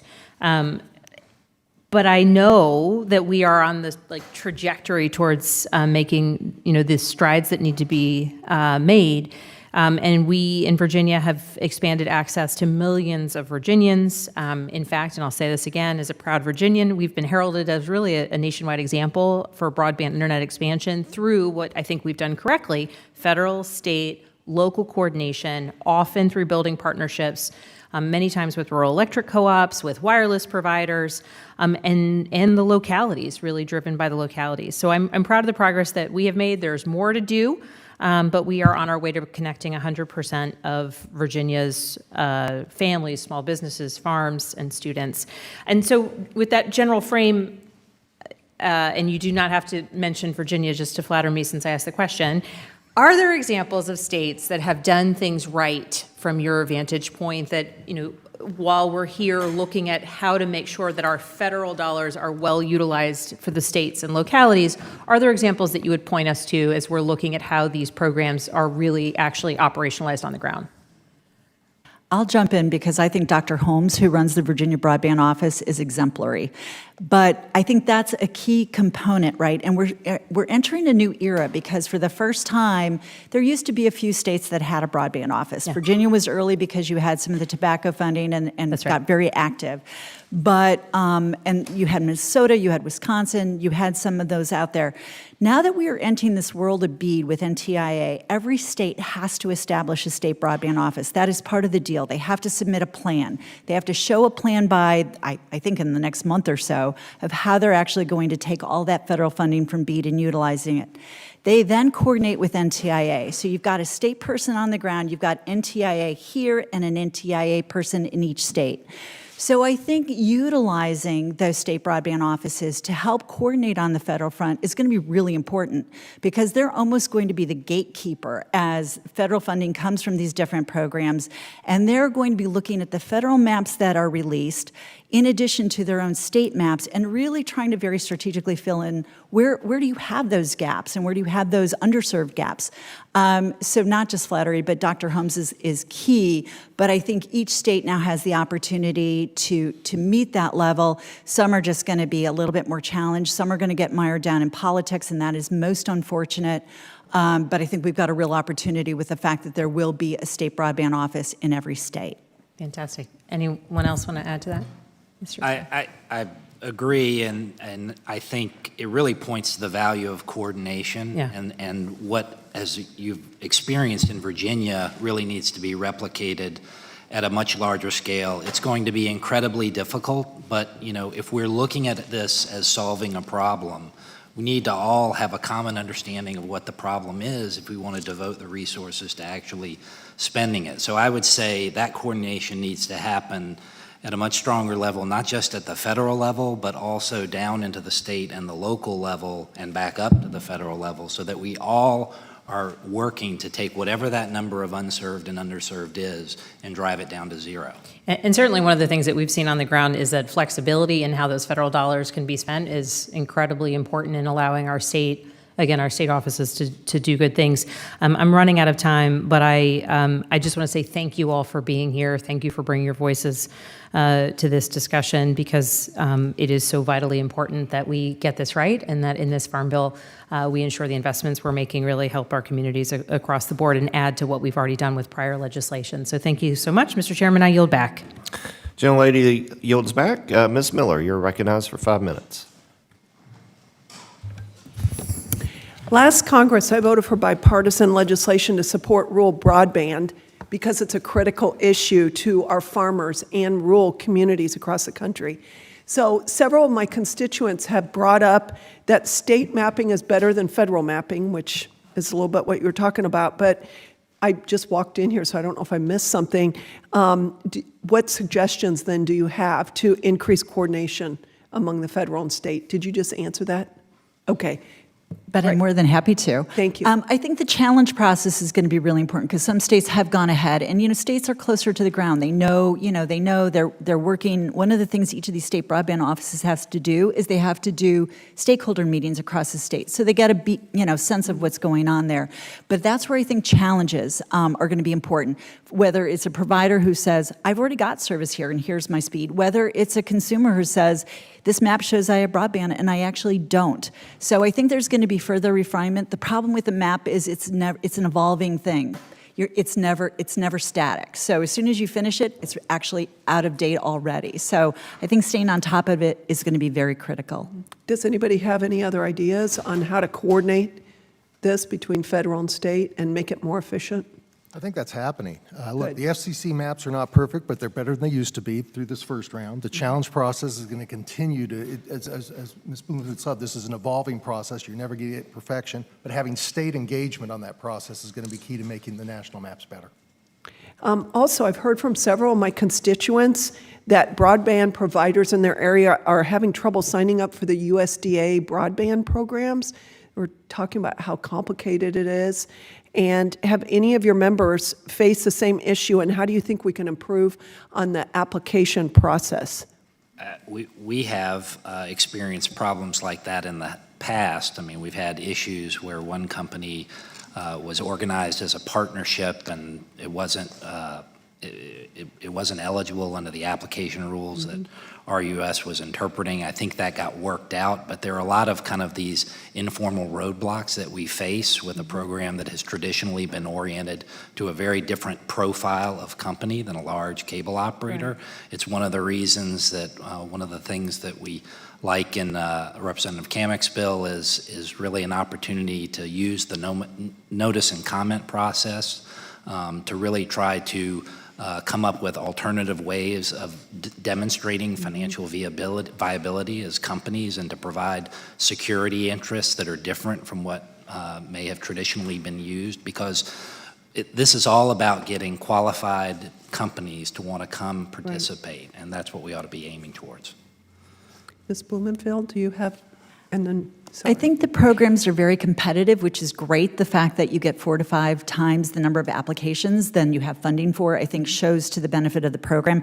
I would say, USDA and RUS in particular have staffing needs. So, I think some of the biggest challenges are actually getting some of the permitting through, getting the process through.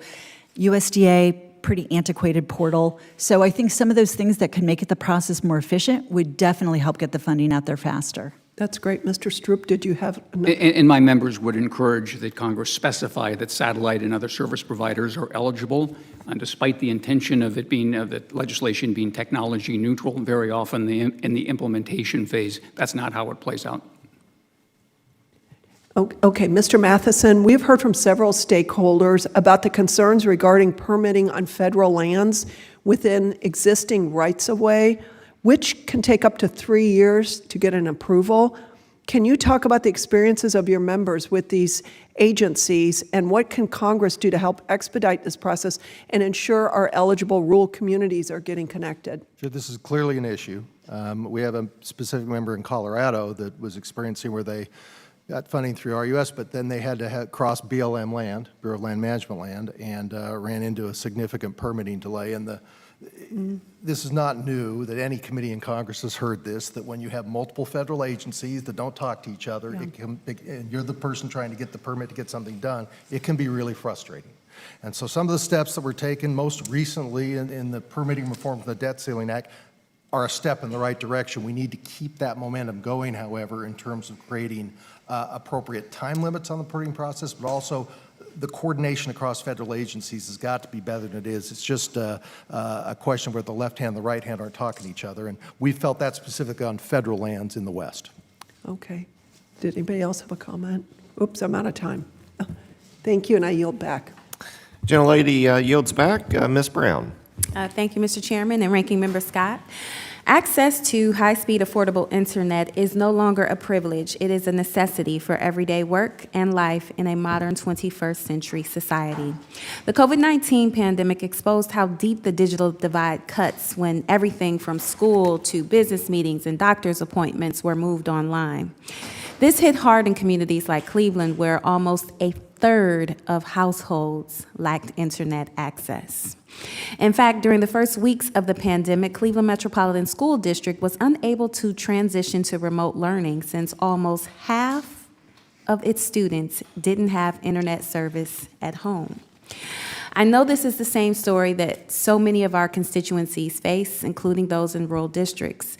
This is why accurate and detailed mapping of fixed and mobile broadband service is so important.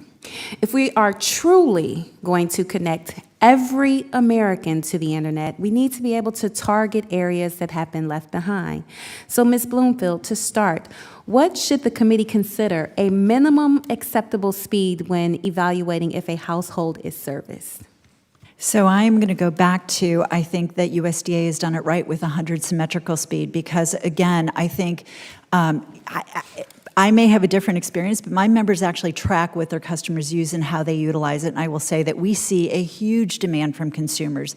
I have companies that I asked prior to this hearing who are telling me that 100 symmetrical is entry-level service. When you've got 5 or 6 devices at one time working in a household, you need that bandwidth. So again, as I think about this moment in time historically that we are at, to not utilize and look for that type of speed, we are missing an opportunity. I also think it is technology neutral. For example, I think during the FCC's Rural Digital Opportunity Fund auction, there were a number of fixed wireless providers that also said they had the ability to do 100 symmetrical. So we're not talking just about prioritizing fiber. We're saying that is the right speed, and that is what we should be building to ensure that, again, the capacity is met, not just today, which we are seeing that demand for right now, but for 3, 5, 10 years from now. So that's the speed you would recommend we should aim for it to be future ready in the future as well? I would say 100 symmetrical is important right now, yes. Okay.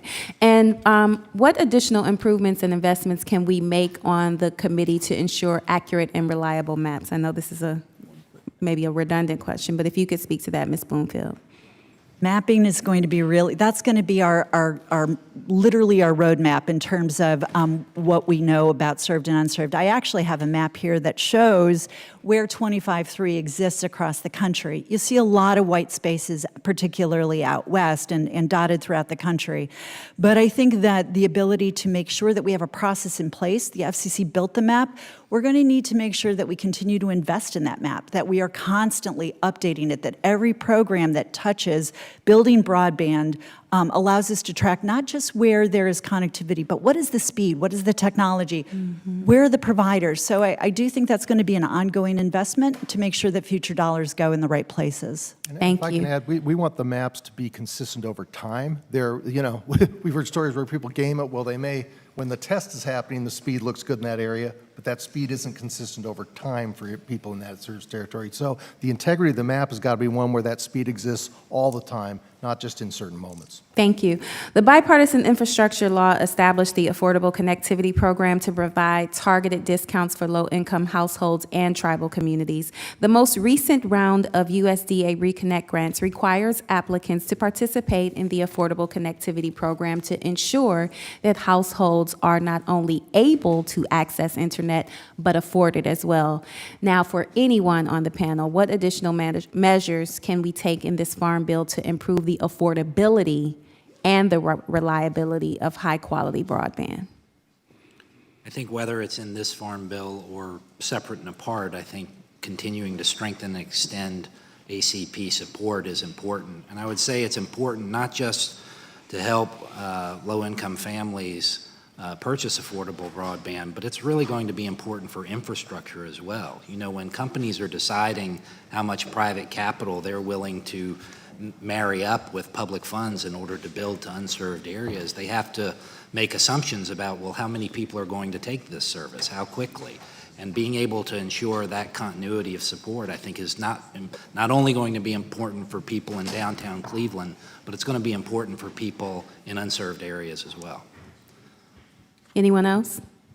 I would also jump in and say ensuring that we've got the resources to advertise about the program and thinking about doing it in unconventional ways. You can't obviously put it on the internet because people don't have internet access. But you know, what are you doing with local libraries and local leadership and municipalities to get the word out? I have a cooperative up in Minnesota that literally goes to their tribal communities with a traveling van with applications, and they sit down and they share with the tribal residents, how do you get online? What is the value of being online? And actually literally do the signups, because our community-based providers have every incentive to have every member of that community online. It really speaks to the economic health of the community in the long run.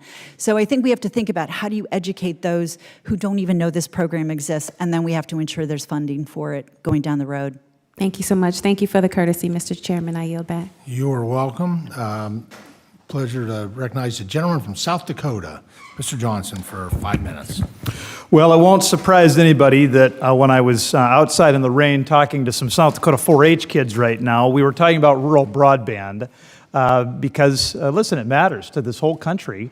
We all know that a network gains in value the larger the network is. You wouldn't want an internet that only lets Manhattan access Manhattan websites, right? So this is not just about helping rural America. This is really about helping us be one connected nation. In the same way that rural electrification did that, in the same way the interstate highway system did that, in the same way universal service did that so long ago. And so I've got a great friend on the panel today, Shirley Bloomfield, and so I thought we'd just have a little bit of a colloquy here to, I think, tease out some of these issues surrounding speed. So in your written testimony, Ms. Bloomfield, you noted that Ookla, their study said that in 2021, the average broadband speeds in this country were 179 over 65. Am I remembering that right? And so your good friend and mine, Larry Thompson, a few years ago when I was co-owner of a telecom engineering firm, had taught me about Nielsen's Law, which I think indicates that the user's broadband speed increases by 50% a year, all other things being held equal. My understanding of that is roughly right? That is correct. And then I think in your testimony you talked about, you didn't mention Nielsen's Law because you're not as dorky as I am, but you did. That is correct. That's right, exactly. You noted information that, consistent with Nielsen's Law, said that by 2030, broadband speeds in this country will be 1,500 over 599. That's right, isn't it? That is correct. And so the 1996 Telecom Act had a provision we haven't talked about today, but to me it is fundamental to this whole conversation. And the provision in the Telecom Act, if I'm remembering it right, Ms. Bloomfield, is that service in rural areas, rates and service, must be, quote, reasonably comparable to those found in urban America. I'm not wrong about that, am I? You are correct again. And so in your testimony, in your close, I thought you really hit the nail on the head about making sure that we don't invest in networks delivering speeds that are not only antiquated today, but will be woefully antiquated in the years to come. And so, I mean, I've got a couple more questions, but just any finer points you want to put on that. You know, I think we haven't even touched the applications that we can be providing in rural America. You know, one of the things NTCA does is we actually also provide health care to tens of thousands of rural Americans through a group health trust. What we are seeing in terms of telehealth, that you can't do some of this diagnostic work. We've created virtual living rooms across the country for veteran care, connecting VA, local, state, to vets who live in rural America, which is a very high population of veteran community. You can't do the work that you need to do with telemedicine without utilizing some of those speeds. And we haven't even begun to see where the American demand will go. And I have tremendous respect for the members of each of these organizations, and I do think that there's a role for everybody to play in getting America connected. So I understand the value of us talking about technology neutrality, and I believe in that. But I don't want us to use the guise of being technologically neutral to water down the standards that we need to build to. Now, the good thing is that doesn't need to cut anyone out, and I thought y'all's testimony did a good job of that. You know, Mr. Matheson, you talked about the need for us to be building to at least 100 megabits per second. Of course, your members in this business are doing way more than that. Mr. Assay mentioned that your members are routinely delivering over a gigabit per second. That's pretty robust. Mr. Stroop, you mentioned a satellite can, easily do 200 megabits per second. Mr. Zumwalt, with WISPs, you mentioned download speeds in excess of 1 gigabit per second are possible. And so, by all means, let's make sure that we're technology neutral, because there's a role for everybody to play. This is a real big country. We got a lot of people who need help. But, Mr. Chairman, as we look toward this next farm bill, let's not water down the standards. If we're going to spend this nation's taxpayer dollars in continuing this unbelievable story of one America connected, let's make sure that we're not investing in something that'll keep us connected for a year or 2 or 5. These networks can be built to last a lot longer than that. Let's heed the words of Ms. Bloomfield. Let's make sure we do it right. With that, I would yield back.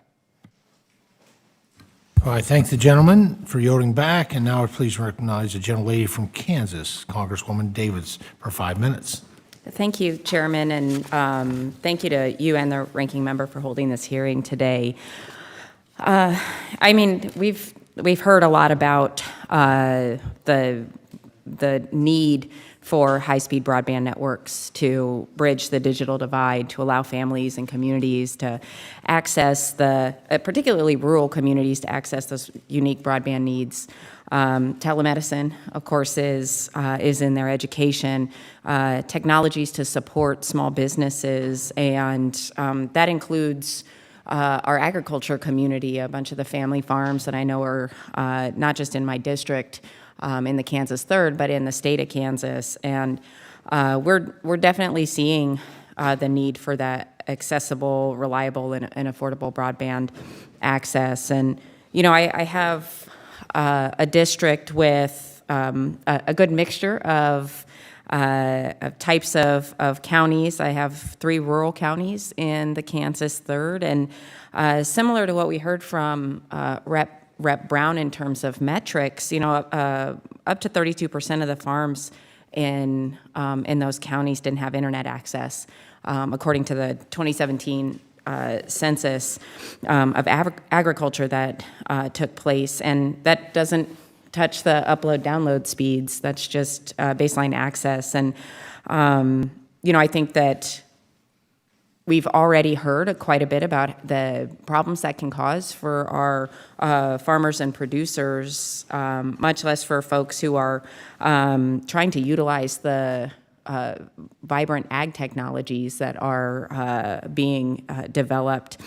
And so I think that, as we continue to try to figure out the best practices for working in coordination with rural communities, whether it's state, local, federal communities trying to stay connected, I think that what we see and have heard a lot about already is that idea of unserved and what that looks at, and making sure that programs like Reconnect or BEAD or other federal funding mechanisms aren't overlapping in a way that might impede our goal of internet access for everybody with maybe some overly restrictive definitions. I would love to hear from the whole panel about whether you see there being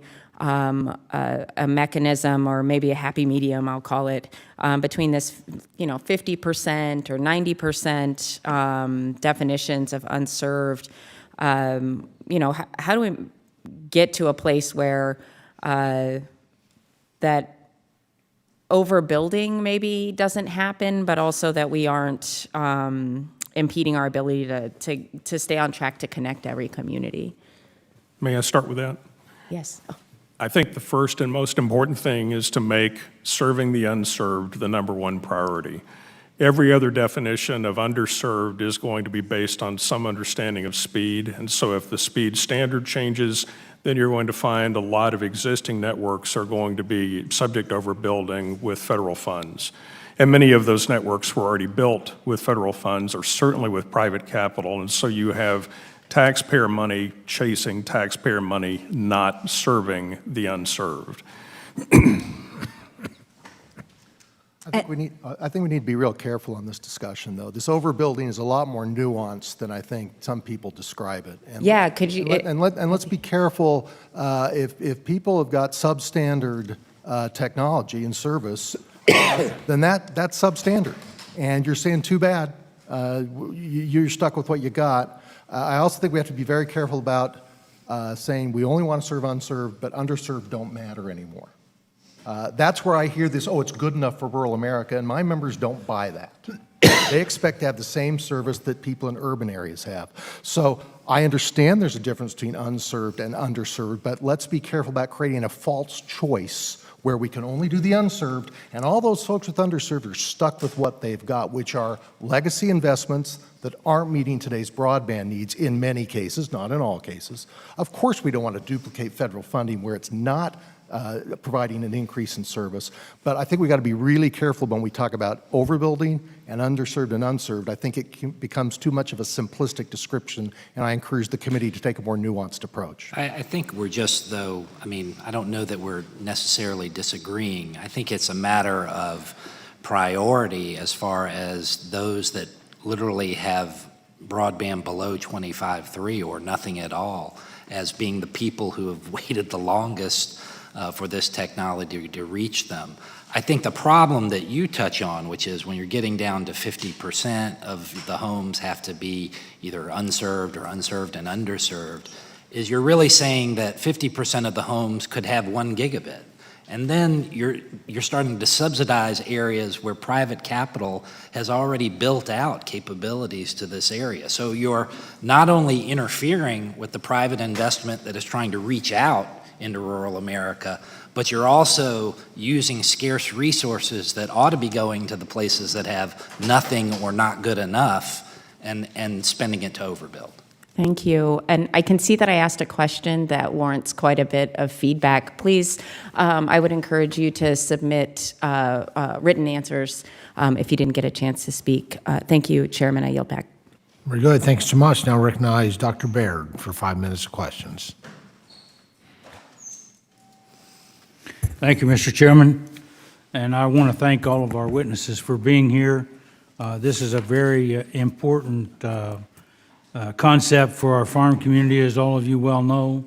When we have machinery that utilizes precision ag techniques and technology in order to improve the efficiencies on the farm, as well as fertilizer placement, pesticide placement, and so on. So it is increasingly important that we have access to high-speed internet, as you've talked, and I didn't hear all the discussion, but I'm sure you into that. So my question starts with Mr. Matheson. In your testimony, you talk about FCC's National Broadband Map, and that continues to show discrepancies between what the map displays and the realities on the ground as it relates to broadband connectivity. As you know, USDA entered into a memorandum of understanding, an MOU, with the FCC and the NTIA to share data on how each agency implements its broadband program, which includes mapping information.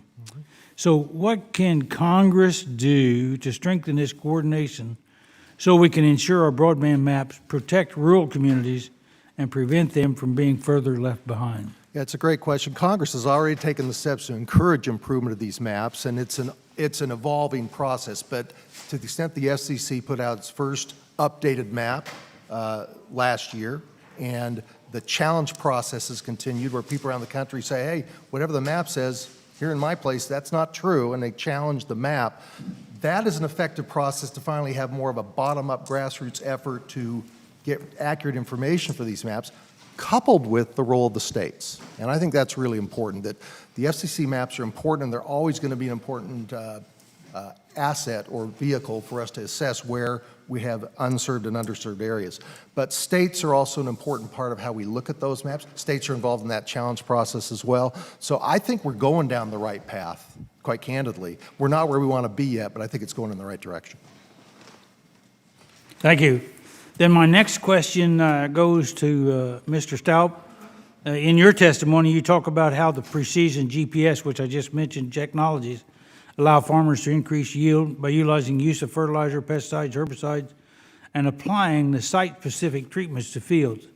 You also mentioned how Earth imaging satellites provide farmers high-resolution imagery to determine when to plant, water, or monitor their crops. So how do you feel satellite technology services fill in the gaps in remote areas where other technologies may not be suitable? Thank you for the question. In addition to the satellite services that you noted, the ability to be able to provide broadband and IoT services. And one of the great advantages to satellite systems is the ubiquitous coverage. And as I mentioned previously, the service that you receive in rural North Dakota, where I grew up, is comparable to the service that you would receive in Washington, D.C. So the ability to fill in the gaps because we provide coverage to all rural areas across the country is the key to our ability to be able to provide broadband connectivity. Very good. Anyone else have any comments on either of those questions about the maps or about satellite technology? I would just state and concur with my colleagues. I think that the FCC is taking the right steps. It's going to take a while before they can achieve perfection on this, but I like what I see so far. We're in for another probably year or two of, some pretty gnarly work ahead of us, but I think the FCC is going to get there. Anyone else? I would just offer to the committee that those of you who are going back home to your rural districts in August to take the time to connect with one of your community-based providers, whoever they may be on this committee, and go out and see some of the ag applications. I think being able to watch some of the livestock monitoring, watching some of the ability to do remote work with your livestock and monitor the health of your animals and what they're doing in the field in terms of tractor technology is really exciting to see.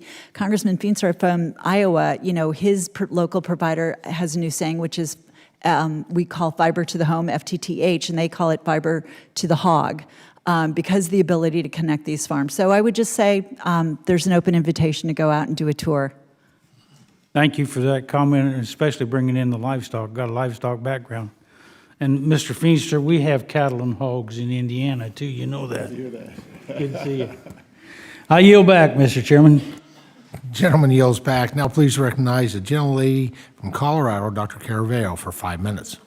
Thank you, Chairman Thompson. Thank you to you and the ranking member, Scott, for hosting today's hearing, and to the panel for being here this morning to share your testimony.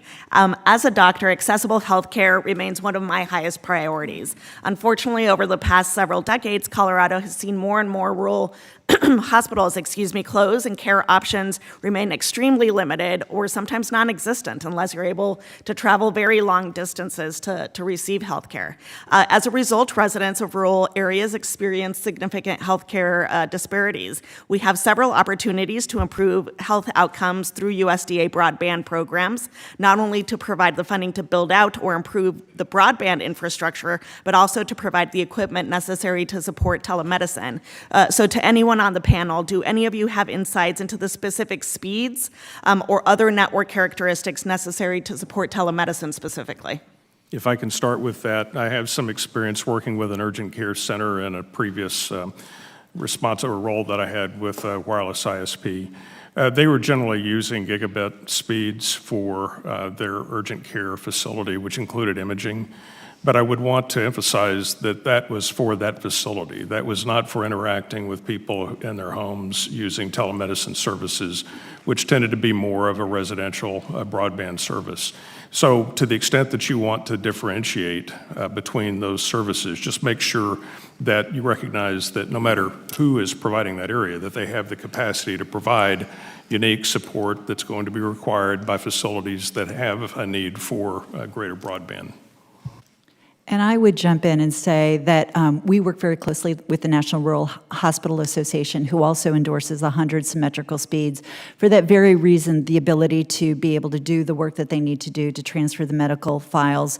And I think that the applications out there really kind of demand a lot of bandwidth, the ability to, I have a telephone cooperative that actually put fiber into the ground because of the fact that the general manager's workman fell off the roof, broke his leg, and it was going to take 2 days to get all the files transmitted over to Vanderbilt Hospital.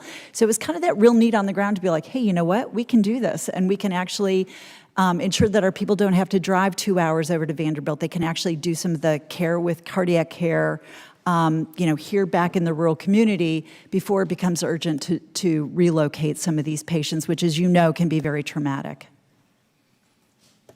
Well, thank you very much for those answers. Switching gears, I've been meeting with farmers in my district over the past few months who've shown me some of the technologies, Ms. Bloomfield, that have improved the way that they farm. I'd like to touch on the promise of precision agriculture, which we've talked about kind of more broadly, and how we build out broadband networks that will support further adoption of these technologies.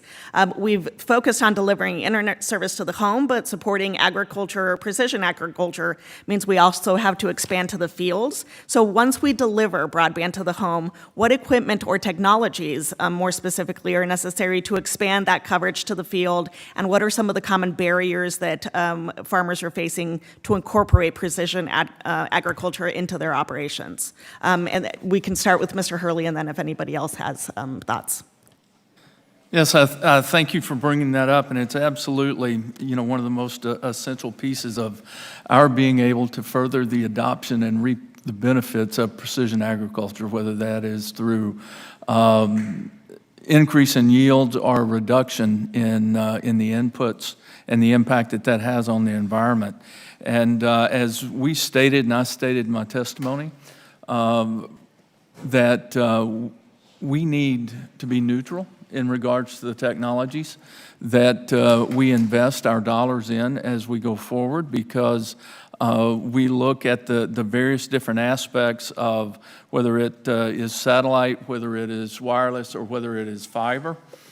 We need coverage across the fields and into the barn, into whether it's the chicken house, the hog house, but we've also got to be able to follow and interact and communicate with the tractor and the combine and the sprayer as they move through the field. I would just say that this may not be the correct analogy, but if you think about it, precision agriculture is just another type of business application. It's very similar to if you were to bring broadband to a school, you wouldn't want to just bring it to the principal's office. You would want to make sure that it is campus-wide. And essentially, the campus in a precision agriculture environment are the fields and the barn and the hogs. I think what we're going to see is as the power of technology extends to rural America, we're going to see those solutions develop. They're already being developed, and we just need to encourage their development through kind of hybrid solutions that rely on, cable or fiber technology to a particular area, and then extending out into the fields using either unlicensed technology or 5G CBRS technology to basically provide that campus-wide or field-wide connectivity. But it's a very exciting part of getting connectivity to rural America to help people not just in their home, but in their day-to-day business as well. Thank you all. I yield back, Mr. Chairman. Thank you for the courtesy of extra time. Thank the gentlelady. Now recognize the gentleman from Iowa, Mr. Feenstra, for 5 minutes. Thank you, Chairman Thompson and Ranking Member Scott. And I want to thank each of our witnesses for testifying. It's been very impressive. Mr. Hurley, you spoke at length in your written testimony about the benefits of precision technology. I'm from Iowa, one of the largest farm districts in the country. And at a time when our farmers are feeling the real pinch on inflation and inputs and all these other costs going up, it's advantageous for us to create precision farming. You mentioned that innovations that could be adopted at a 90% rate would reduce herbicide costs by 15%, fertilizer would be reduced by 14%, water would decrease by 21%, and our crop production would increase by 6%. Okay, this is very significant. But our problem here is the cost. I was at the Farm Progress Show last year, and we saw all these incredible technologies. My larger farmers, my larger producers can probably afford some of these, but my smaller producers cannot. And you noted this, and I appreciate you highlighting my bill, Precision Ag Loan Act, which gives loans to the USDA. Can you talk, Mr. Hurley, about why this is so important and what we can do as an agricultural committee to try to get this new technology in the hands of our smaller producers? Yes, I'd be glad to do that. And, as you so note, the technologies continue to advance and the innovation continues to be developed as we go forward. And there are costs associated with that. Representative, I would more approach that as investment. And I think there are some key aspects of that. One, if someone was to come in and try to convert 100% of an operation that had no previous investment in precision technologies, it would be a very steep cliff to climb. But the great thing about precision technologies, number one, is it's scalable. And so from that perspective, I think that it is, prudent for each and every individual farmer, producer, rancher, whether they're in the poultry business, to really sit down and understand what's most important to their business and prioritize where they want to invest based on the return. But I think critically, and you mentioned your bill as did I, the Precision Ag Lending Act is one of those, along with Precise, that for us to expand beyond the 25% or so of farmers that actually utilize this technology today, we have to have supportive programs, loans with flexible terms that allow these other growers to be able to go and be able to invest and borrow the money, the capital, to put these technologies in place. Yeah, thank you, Mr. Hurley, and I fully agree with that. And you can see what it does. I mean, the cutting down of the inputs that are going into the crop or whatever it might be, even into milking and so forth. And I just think this farm bill that we have coming up has this great opportunity to do that, and I look forward to working with that. I want to pivot just a little bit. Mrs. Bloomfield, thank you for your comments about Iowa. Obviously, you probably know we have 120 locally owned, community-based broadband providers, and they're all fighting like ever to get to every subscriber, to get to every community, every rural producer. My big issue is the Broadband Modernization Act, which I am on. The Reconnect underserved definition is at 90%, and it notes that we need 100% megabit downstream, 120% upstream. And recently, that definition got lowered to 50%. Can you talk about why that is so concerning and why we need to be at 90%? I mean, to me, especially in Iowa, this is a huge issue. Thank you for the question, and thank you for your leadership in the introduction of the Rural Broadband Modernization Act. It's a very important piece of legislation, which also does kind of go to the 100 symmetrical speed. When you talk about 50% and you set that standard, most of the federal programs, Reconnect, BEAD, all of these programs, Treasury, look at that 80 to 90% coverage as kind of the basis. Problem with 50% is you are really encouraging overbuilding. And we've talked about, when you've got scarce resources, the ability, because we're also focused on unserved Americans, to make sure that any money goes as far as possible.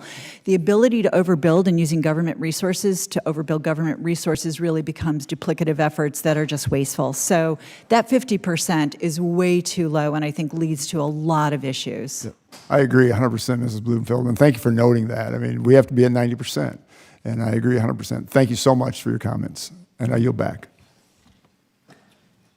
Thank the gentleman for yielding back. Now recognize Congresswoman Salinas from Oregon for 5 minutes. Thank you, Chair, and thank you to you and the ranking member for holding this important hearing, and thank you to all the witnesses for staying with us for this long. So, as we've talked about, Congress has essentially allocated billions of dollars to build out broadband capacity for our unserved and underserved areas across the country, including mine in Oregon.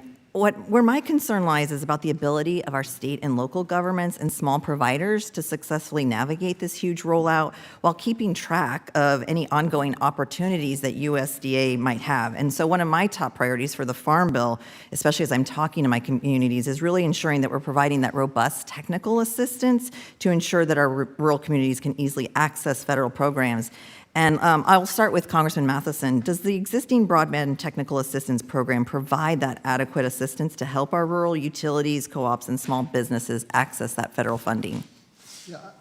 Yeah, I think you've raised a fair question. I do think the program's adequate, actually. I think that people have access to enough information to make these decisions. These are capital-intensive decisions people make to go into this business. They should not take it lightly. Many of my members who are electric cooperatives are actually hiring some third-party entities that help them do their feasibility analysis at the front end to try to make good decisions as they go into this. I don't see where there's a huge gap right now in terms of what you're asking. Thank you. And then for the follow-up, for anyone who might want to answer, how should we be thinking about removing any barriers to access for these smaller providers that don't necessarily have the same resources as some of the bigger players? Well, I'll take a shot. I think one of the things, and we represent large and small companies, but one of the things really goes to what we talked about earlier, and the fact that agriculture has tremendous expertise in rural America. They have a very capable administrator in Administrator Burke, but this really requires a whole of government type of approach to the problem. And we have got to figure out a way to promote greater consistency and greater coordination in how we apply for these programs where we can. It makes little sense to me to have to be able to have to fill out a form one way for a grant in one agency and have to do it completely different way in another agency. We ought to be trying to make it easy to get more providers into the system that are experienced and that can do the job. Thank you. Does anybody else wish to comment? I will just say one of the things that I think there can be a role somewhere in here is thinking about, when you think about those local municipalities or those anchor institutions that really have that need, I think creating the opportunity for collaboration and thinking about, and can USDA play that central point of if you've got an area that is really tough to serve, what can you do about bringing providers together? What can you do about connecting a municipality with a broadband provider who knows how to do the service? How about a NTCA rural broadband provider along with an electric cooperative? How do you think about in some of those really tough to serve areas where you just can't make a market case for doing so? What is the role of some of these agencies like USDA to actually support some collaboration? Thank you. And my time's almost expired, but I really do want to get to this. Do we have the tools through other USDA and TIA programs to support, and we see a lot of wildfires in Oregon, to support resilient middle mile infrastructure? And to anyone on the panel who wants to answer. Look, I've advocated in my opening statement that I want to make sure that when the committee consider, as you look at the next Farm Bill, about important investment in middle mile. I think that is a key factor in creating a platform for last mile broadband service. And I think it's something that USDA has looked at and funded in the past. I think it should be continued in the next Farm Bill. Thank you. I yield back. Thank the gentlelady. Now recognize the gentlelady from Texas, Congresswoman Dela Cruz, for 5 minutes. Thank you so much, Mr. Chairman, and thank you to all of the witnesses for joining us today and sharing your valuable insight. As we all know, access to high-speed internet is no longer a luxury, but a necessity for economic growth, education, healthcare, and social connectivity. Unfortunately, many rural communities across our country still lack access to reliable broadband services. This digital divide has created significant disparities in economic opportunities, educational outcome, and healthcare access between urban and rural communities. It is important that Americans, regardless of where they live, have access to reliable and affordable broadband services. My question is first for Mr. James Assi, Executive Vice President here for the Internet and Television Association. What improvements should we consider to USDA broadband programs to make broadband infrastructure grant programs more accessible, flexible, and locally led? Thank you for the question. As I stated in my testimony, I think one of the things that's most important is for there to be kind of a review of the processes by which we attract eligible providers to make sure that we are taking stock of the different kind of corporate profile and organizations that we have in attracting applicants. I also think it's important that we review and put limits on the types of scoring priorities that our U.S. gives. And when those aren't related to an entity's experience or the performance of the network or the need of the particular area, we should get rid of those, because what we really want to do is find who can provide the best solution at the cheapest price for the area of need. So I think those are two important places to start. The last thing I think is very important is that we get back, as has been stated earlier, to really focusing the distribution of dollars to the areas that are unserved so that we make sure we're getting the most bang for the buck that we can.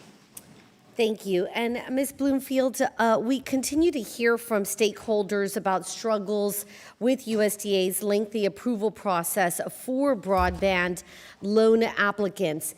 In your testimony, you highlight the delay of federal funding to entities due to historical preservation requirements and environmental reviews.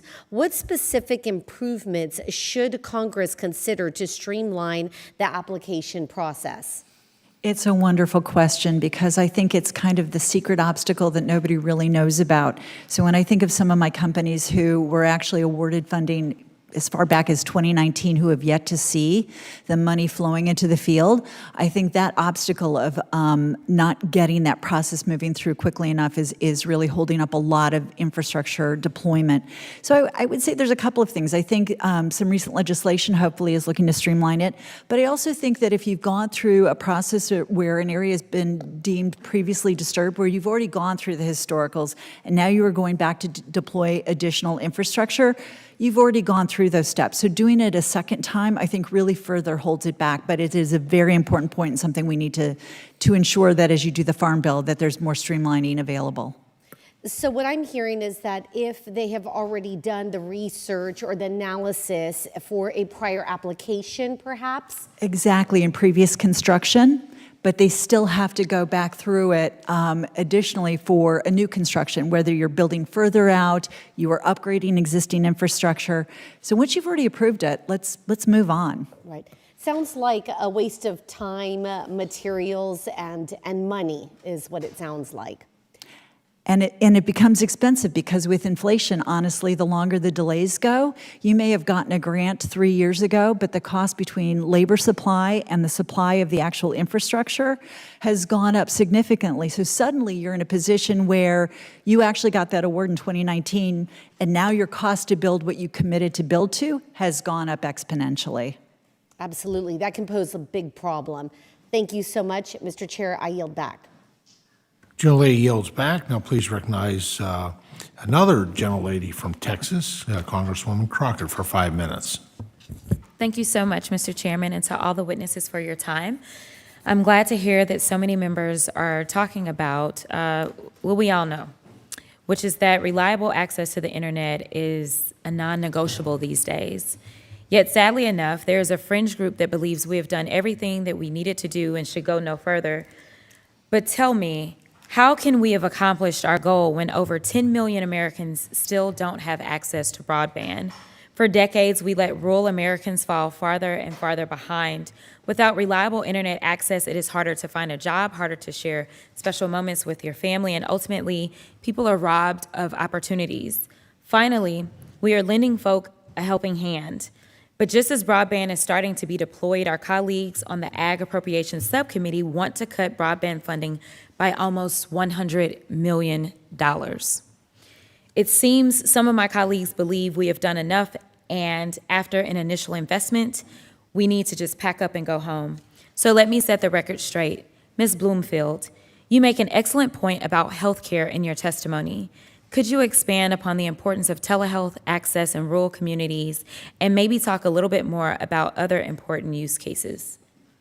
I'd be more than happy to. It's something near and dear to my heart because I think it's an application that we've only just scratched the surface of. And to your point about USDA and all of these other programs, I will say as we look at all this federal funding coming down, I encourage my members to look at Reconnect, the USDA program first, because I do think it is that immediate opportunity with a very well-run program.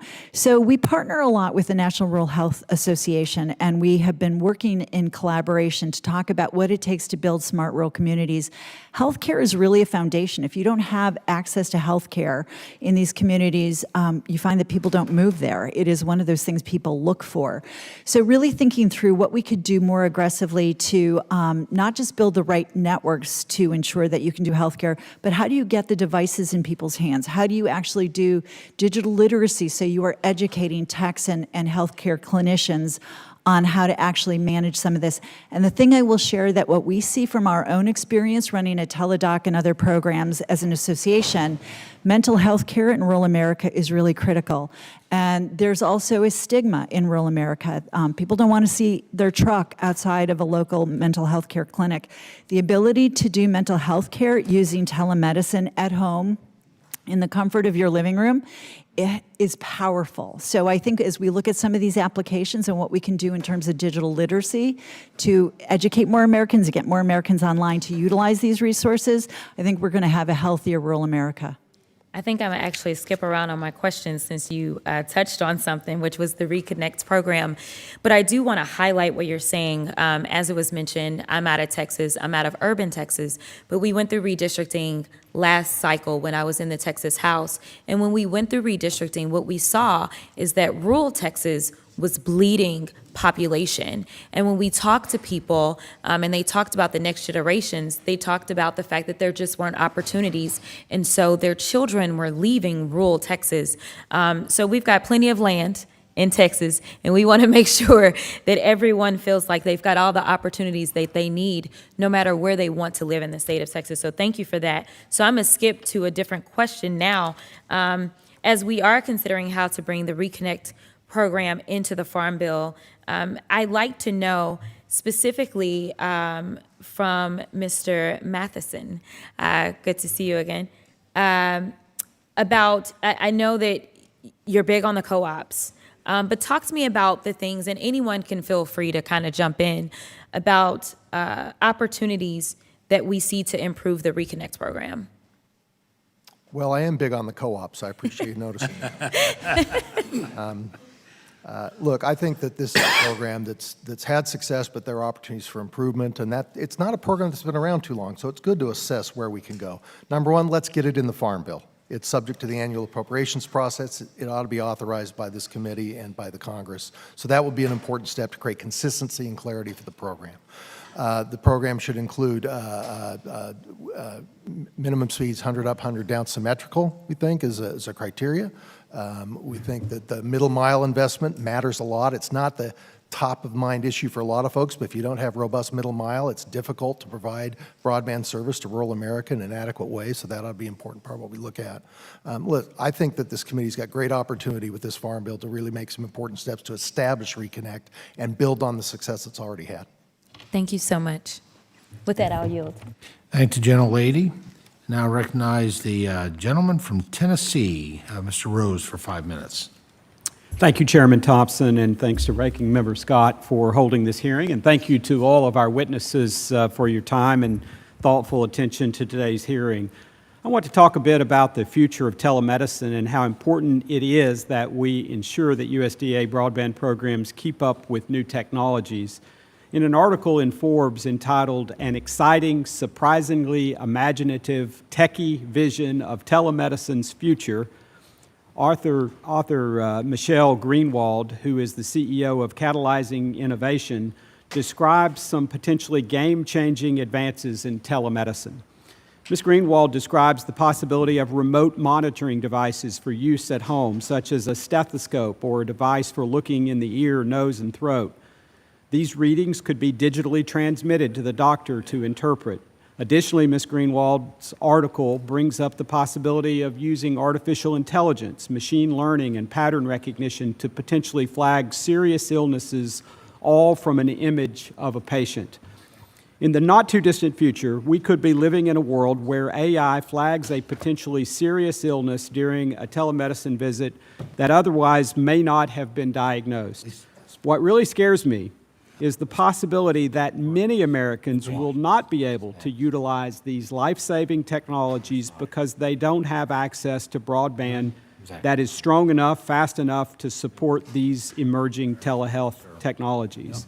Mrs. Bloomfield, as the CEO of NTCA, the Rural Broadband Association, can you talk about the ways in which USDA rural broadband programs help to support access to telehealth technologies? Absolutely, and thank you for the question. So, as we look at the statistics about the number of rural hospitals that are closing on a regular basis, I think the ability to look at the evolution of telemedicine is going to be really important. So you hit on a few of them. We also see in rural America, the ability to monitor your diabetes, your cardiac care. Some of those things that are really pretty prevalent in rural populations is going to be important. And I think another application to be thinking about and that will need some of this capacity and bandwidth are things like how do we allow seniors to age in place in their homes? The ability to monitor, has your mother taken her pills, because you've got the sensor that actually reads some of these things. I don't even think we've scratched the surface on the different things that we can do. So USDA with their program has some additional support on the telehealth side. I think it's getting folks comfortable with some of the technology, but you absolutely need the bandwidth. And the other thing that we find with rural communities where I think the bandwidth and the ability to transport whatever type of medical technology you're transporting is the expert care that you get in some more urban hospitals. If you've got something that's complex that you can't deal with in a rural clinic, that you actually need to go into Mayo or you need to have that access. The other thing that I will say is we think a lot about privacy when we think about healthcare. And it's another reason why, again, remaining technology neutral, I think fiber optics is a really important technology to look at, because when you think about cybersecurity, the pulses of light that move through fiber are actually harder to intercept. So when we think about security of networks, and again, when I think about healthcare and all of that private data, that's another thing that I think is really important, and I think that's where USDA has a role as they fund some of these programs like Reconnect. Thank you. And I'm going to use the remaining time to prompt each of you on this question. We're here today talking about the Farm Bill, USDA programs as it relates to rural broadband, but I've been of the opinion for a long time, living in a rural area, that we simply have to think about this in an ongoing, holistic manner, and that the money that we are sending through USDA and even the COVID-era money doesn't really address the fundamental challenge that we face as a country of building out broadband infrastructure that reaches all Americans and then maintaining it over time so that we know we are always going to be on the cutting edge. And my own view is that we found a solution to that decades ago, but we haven't made the changes to keep it up to date, and that is the Universal Service Fund. And I'm curious, probably not time for all of you to respond, but would anyone like to dive onto that question and tell me, am I wrong or am I right that we need to address the Universal Service Fund to make sure that it is providing the resources to keep America wired with broadband access? I hate to be a microphone hog, but I will tell you, hit on a really important, it's not just building these networks, it's making them sustainable and affordable, and universal service is key. Yes, we need to reform contribution reform. I know my time has expired, but I would appreciate for the record comments from the rest of you about that question. Thank you. I agree with Ms. Bloomfield as well.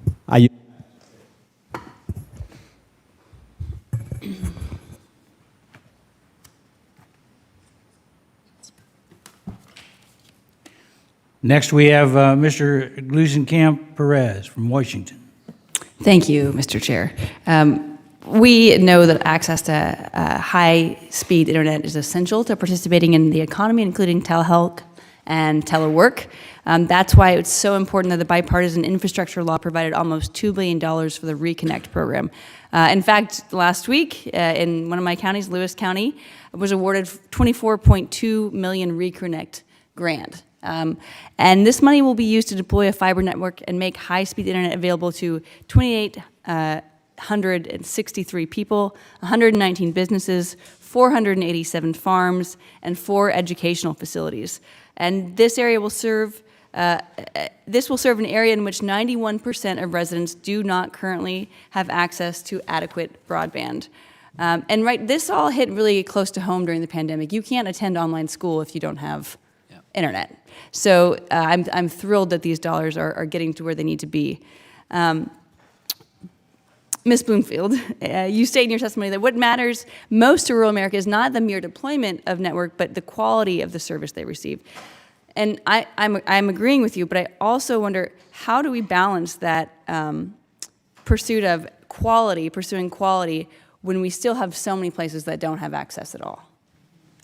Well, first, congratulations to Whidbey, who received that USDA grant, which I think is going to go really far. I think some of these federal programs can also be looked at as complementary, right? Because we've got BEAD coming out in 2024, and they're really focusing primarily on getting that unserved done first. So I think that all of these programs kind of fit together. And I think it's one of the reasons why I'm pretty adamant about, let's not dumb down what we have with Reconnect at the 100 over 100, because I think complementarily, we're going to have NTIA's program coming in, really filling in those unserved pockets as well. I think the two programs should work very well together. And following up on that, in many rural communities like mine, there will only be one internet provider. So what are we going to do to ensure that these resources remain affordable and we haven't created an untenable situation? Trying to spur competition in markets where you can't even have one provider without getting federal support really makes it tough to actually subsidize competition in these areas. So I think that there's going to be a lot of checks and balances along the way. Washington State, for example, has a pretty robust state broadband office. I think thinking through the affordability programs, I think thinking through the digital education programs, I think all of those things packaged together are really going to be an important part of ensuring that you get unserved served, but then you're also able to kind of ensure that you are utilizing the networks to the best capability. Mm-hmm. Thank you. Mr. Say, in your testimony, you talk about some of the potential fixes that could be made to better ensure that the Reconnect program is able to serve the most rural and unserved or underserved areas. I'm wondering if you could elaborate on some of the current challenges, on some potential changes you'd like to see made? Sure, and thank you for your leadership on the Rural Internet Improvement Act as well. I think chief among them is to ensure that the funding goes to the projects just like the one you mentioned, where we have 90% of the households that are going to be reached are those that actually are the most in need of being reached. So making sure that the dollars are used efficiently is probably chief among them. I do think we need to modernize the eligibility screens and the way in which the agencies attract eligible and experienced participants so that we get qualified applicants who are willing to provide service.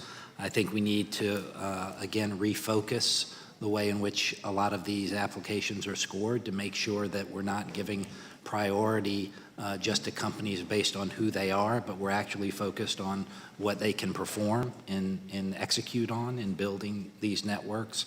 And lastly, we just need to really promote coordination with the FCC, with NTIA, with state governments, because this really is going to be a case in which the holistic approach and working together is going to be better than the sum of the parts. Thank you all so much. And yes. I'd like to respond to the question that you raised about competition, because there are at least 3 companies in the satellite industry providing direct-to-consumer broadband services in competition with all of the other industries that are represented here. Another one will be launching within the next couple of years, and others that are providing partnership with rural telco companies. So there are a variety of means of providing that competition. Thank you so much for that additional point. And Mr. Chair, I yield back. Thank you.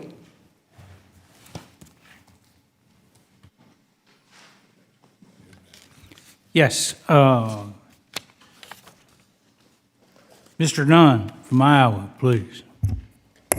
Thank you, Mr. Chair, and thank you very much for the panel being here today, specifically for the help that we need in rural Iowa. I was just in Des Moines, Iowa yesterday at Mercy One Hospital, talking with a nurse as she was conversation with a patient who was getting their update as they went.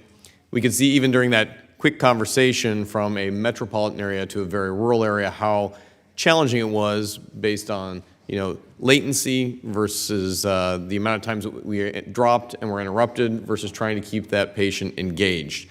Now, if that patient had a critical issue, it had been one of our veterans who needed assistance, if it had been somebody who had a life-saving recommendation coming from their physician, unable to have that communication, I think that we would put us all in a very dangerous spot.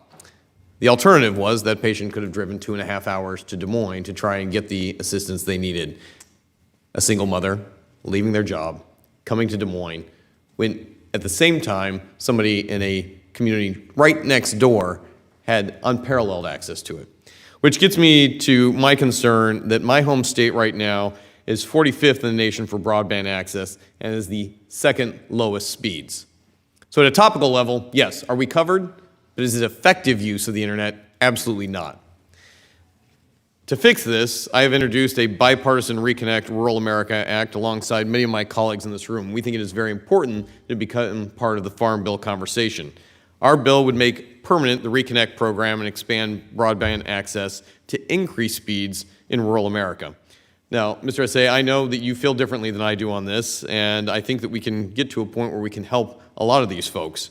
But my concern here is that if you've ever tried to plant precision agriculture with a delayed speed, you're losing crop. If you are a person in immediate medical need and you have a delayed speed, it's almost like having no internet at all. Or if you're just an individual who's trying to improve their education and you have latency here, whether it's an urban area or a rural area, you're being left behind. And I think we all agree that's unacceptable. So I'd like to speak specifically here to Ms. Bloomfield on your comments as well as Mr. Matheson, the 100 up, 100 down, and the robust middle mile. Now, how would you respond to the difference between no access or delayed access or diminished access? Because in my mind, they're all not enough access for what's necessary. Ms. Bloomfield, I'll start with you. So you, first of all, thank you for your leadership and thank you for the legislation that you've introduced. It's very important, I think sets the future stage on the right course.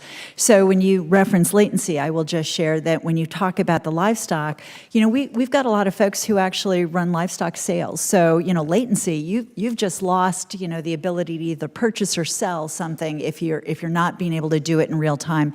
I think all of that, and when you look at the symmetrical speeds that you've set in your legislation, it is really to ensure that rural Americans aren't second-class citizens, that they are able to receive the same robust services that those in urban areas of the country receive. And I think that is a critical reset for this country. I'd like to turn further to, thank you, Mr. Matheson. On the Reconnect side, for our broadband networks versus just keeping what I would call low-grade infrastructure, everything in the future, from our combines to our refrigerator to our medical devices, are going to be connected to this. Talk to me about the long-term needs of rural communities and how broadband high speed is going to be essential for this. Yeah, I'll echo, I appreciate your leadership on this legislation that you've introduced. Look, we all know that the internet and use of broadband is only increasing in terms of it affects every aspect of our lives. In rural America, there have been challenges. The pandemic helped highlight some of those challenges when it came to work at home, when it came to school at home, when it came to access to health care. And so I don't think we need to make that case. I think that is settled, that we all agree there's value in having access to real broadband. And I appreciate your comment about the difference between the fully served or underserved or not served. And I made some comments earlier about the fact that let's be careful about simplistic description of unserved versus underserved. Right. It's not that simple. Right. And that while unserved clearly deserve service, the underserved do too, if it's not adequate. And let's not leave them behind on that. I appreciate Absolutely. that. I know that's where we all want to get to ultimately. Yeah. Mr. Hurley, I'm going to change topics very quickly and ask you, as a guy who served in cybersecurity for quite a while, as we roll out this new infrastructure, talk to us specifically about the vital equipment that's essential so that we can maintain good hygiene throughout the network.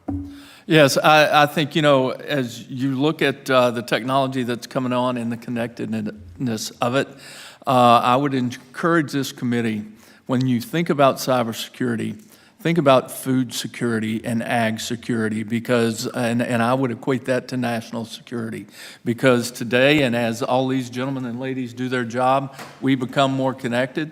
It's not just a single tractor, it's not a planter, it's a sprayer or a hog house or a poultry farm. They are all connected and can all be vulnerable, and we need to give that the focus that it deserves. Thank you, Mr. Chair. My time has expired. I yield back, and I appreciate all the ag references in today's briefing as well. Thank you. Thank you. The gentleman yields back, and now we go to Illinois with Representative Budzinski.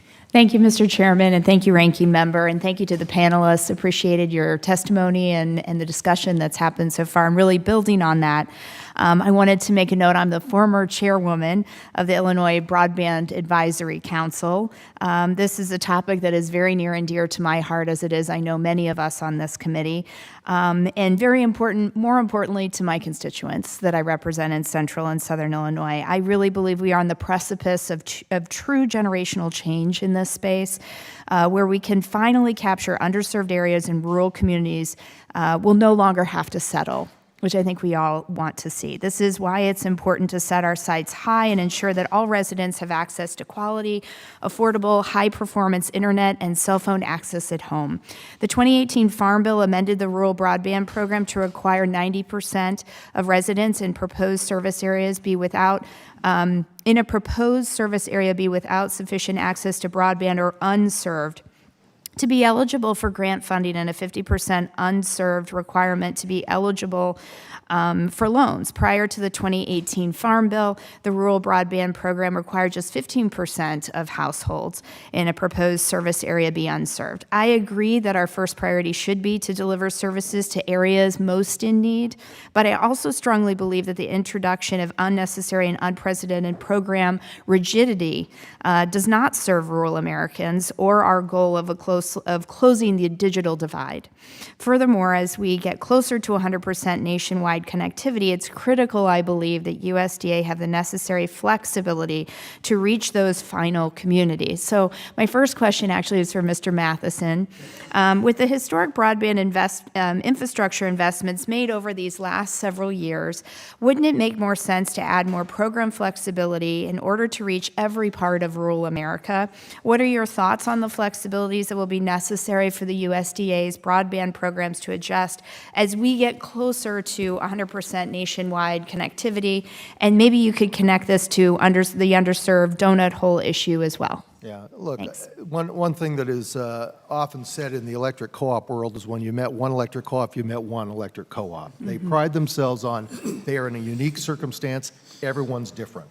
And so adding that flexibility you mentioned to accommodate specific areas in terms of what the needs are and the circumstances, of course that makes sense, particularly as we are trying to fill in these gaps, which are the hardest ones to fill. Yeah. That's why they're still unserved today. Yeah. And so I think that flexibility is all the more important now than perhaps it was previously because of the nature of the task at hand. That being said, I also think it's important that that the flexibility to not allow simplistic parameters to shut people out. If you're in an area where 50% have access to broadband and 50% don't, and you say, oh, well, too bad for that 50 you don't.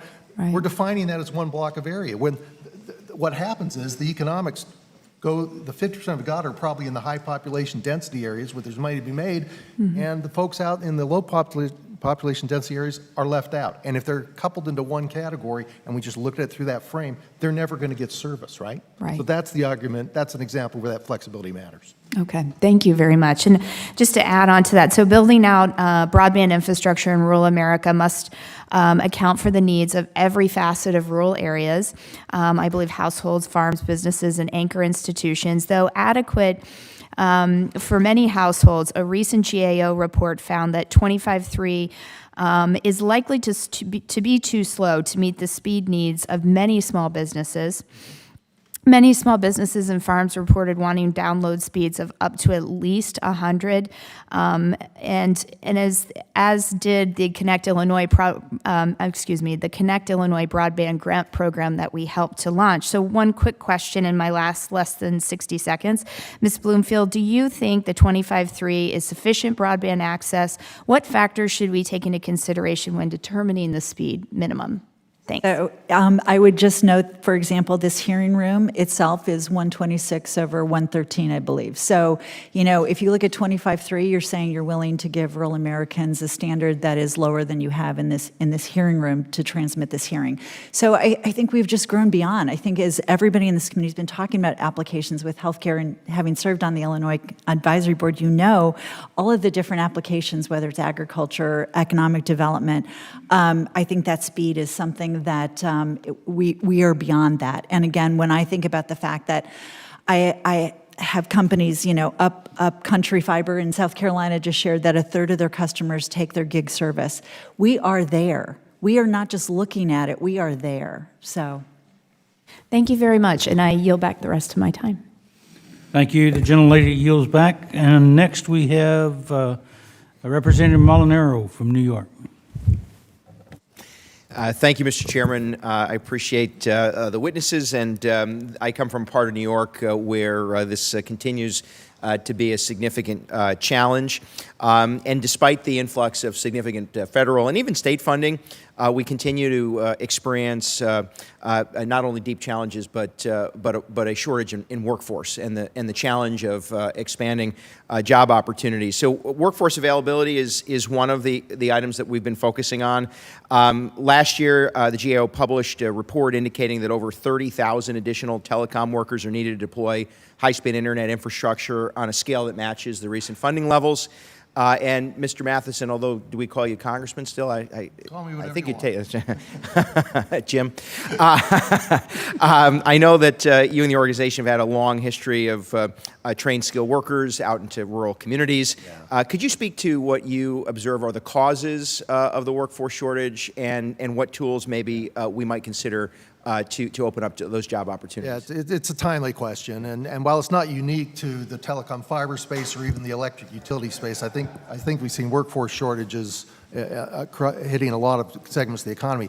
But in this place, where we're talking about this significant infusion of federal money to make these investments, this is one of the potential trip hazards, if you will, for being effective, and we're feeling that. We're feeling that in terms of finding qualified technicians, qualified people to do the construction, the operations. Again, not unique to the telecom sector, but it's important. I know for our local electric cooperatives, they're trying to partner with local community colleges, trying to find other partnerships to develop and train people and create that the workforce of the future. But I can tell you, we haven't found the secret sauce that fixes this yet.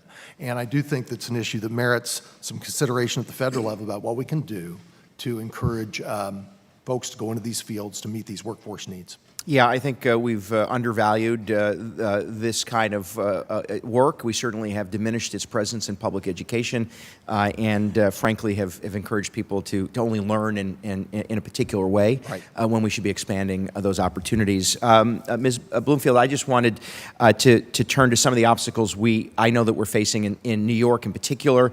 We held a roundtable recently with some of our service providers. We're not even in New York. In my part of the state, it's not the last last mile, it's not the donut hole. I mean, it's truly like 50 feet. I mean, we're talking about making the last connection in very small numbers. The challenges that many of them face, that providers in particular, are cost related to redundancy and bureaucracy, both state and federal. But also then the make-ready costs for pole access, working with public utilities. These are real challenges that I don't think we look at with great detail because they're sort of granular. But I hear more and more that that's the last challenge. Can you speak to how those impediments have kept access, or expanding access, and then what have others done to overcome them? And what might we do to streamline that process? They are very real. When I think about pole attachments, I think about railroad crossings, I think about, local barriers, local permitting.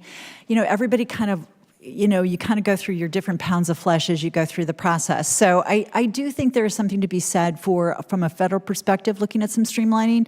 I also think that there's a lot of things that can be done when you think about like going through Forest Service land and working with municipalities and these state broadband offices to say, what can they do? How do you trickle down from the federal government to minimize some of those barriers that folks are seeing on the local ground? And if I could just jump in one last point, because I do think it ties to broadband, we think a lot about workforce development, particularly in rural communities, because again, you've got fewer folks to actually choose from.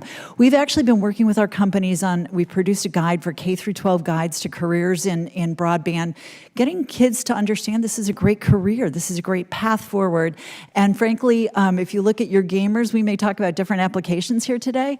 Your gamers, my companies that sponsor their esport teams, that is their future. Those are their future technicians. Those are their future IT folks. Yeah. So watching that evolution, using broadband networks to do something kids love, to actually groom that workforce is something we're really very focused on. I thank you for saying that, and I will say perhaps establishing timelines and sort of specific expectations for states to move or remove some of those access obstacles, if you will, tied to federal dollars might incentivize them. I have 10 seconds. I just would say, you bring up one point, there's a labor force, those with disabilities, who rarely have access to jobs. 80% are unemployed.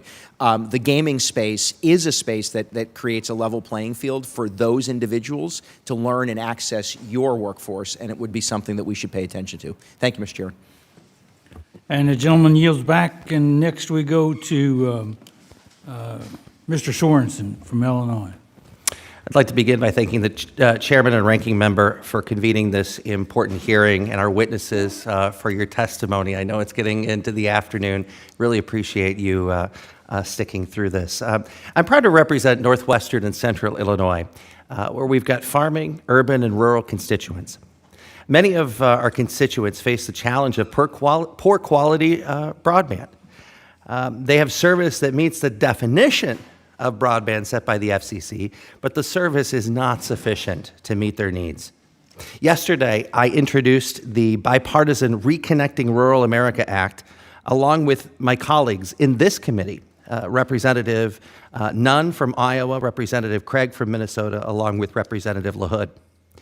This bill sets standards to target broadband investment to unserved and underserved communities. The approach my bill takes will ensure that underserved constituents can benefit from Reconnect grants and loans, just like unserved constituents. Currently, broadband providers can access Reconnect funds to service areas that are 50% unserved. Now, my bill increases the standard to 75%, with minimum service speeds of 100 up, or 100 down and 20 up, with a preference for service areas with 90% unserved. And finally, the bill sets mandatory build-out speeds, what we've been talking about here today, 100 by 100 symmetrical. I'm thankful, Mrs. Bloomfield, you mentioned that in your opening statement today. So I'll begin with you. Could you speak to why this standard needs to be met? There are so many reasons the standard needs to be met, but I would also, I think I would start off with the fact that Again, it's looking at current usage, current network, capacity, and really thinking about making sure that we build for what we need right now, but also what we need in a few years from now. And so I think the ability to say, we're not going to get this type of funding again, so let's make sure that what we are not doing is turning around in 3 years and digging back up and looking to upload the speeds and increase the speeds. Let's go ahead and ensure that we're putting what is probably the most logical target in place as a start. So again, we commend you for your leadership and think that there's so many things in your piece of legislation that are actually very commendable. Thank you for that. I plan to introduce the House version of the Access to Capital Creates Economic Strength and Supports Rural America Act, or the Access Rural America Act, alongside Representative Tiffany and Senators Baldwin and Ernst. The bicameral and bipartisan bill will provide regulatory relief to small rural broadband providers, allowing them to focus on delivering broadband to the most remote areas of our country. So if I could continue, Mrs. Bloomfield, could you share with the committee some of the potential impacts of this, and also maybe some of the stresses that we see in the rollout of rural broadband? So this is an area where your leadership is really important, because I will say that when we think about Sarbanes-Oxley, it was put in place because of large corporate interests, large publicly traded companies. My members are community-based providers, but if you've got a commercial company that is locally held, they maybe have 490 shareholders, and somebody in the family decides to gift to somebody else in the family some of their shares, suddenly you hit 500, and all of these requirements from the SEC kick in. That is hundreds of thousands of dollars a year annually in terms of things that you need to file that are compliance oriented. Then you need to get auditors, and then you need to get lawyers. And again, what is, the regs are understandable, but they are really meant for publicly traded companies. And what they are doing in some of these small towns is they are really having people focus spending money on dealing with these regulations and reporting rather than actually being able to build the broadband. So greatly appreciate your introduction of the legislation. Thank you for that. Mr. Stroop, you mentioned in your testimony the need to incentivize satellite internet providers. In the past, there have been concerns for providing federal funds for satellite internet given the limitations to the technology. With technological advancements and the introduction of low Earth orbit satellite networks, have those concerns for satellite network capacity changed? Thank you for the question, and I think that they certainly have. Given the advances in satellite technology, the ever-increasing speeds, the ever-increasing capacity, as I'd mentioned in my testimony, companies are providing speeds up to 200 megabits per second. They continue to launch additional satellites. Just to, 10 years ago, there were 1,000 satellites. Today, there are approximately 8,000 satellites. Just to give you a sense of the expansion in the numbers of satellites in the same capability. 10 years ago, the speeds were much different than they are today. So I think that that's an argument, a relic of the past, quite frankly. As the ranking member on the Space Subcommittee, I appreciate you here and there, and I yield back the balance of my time.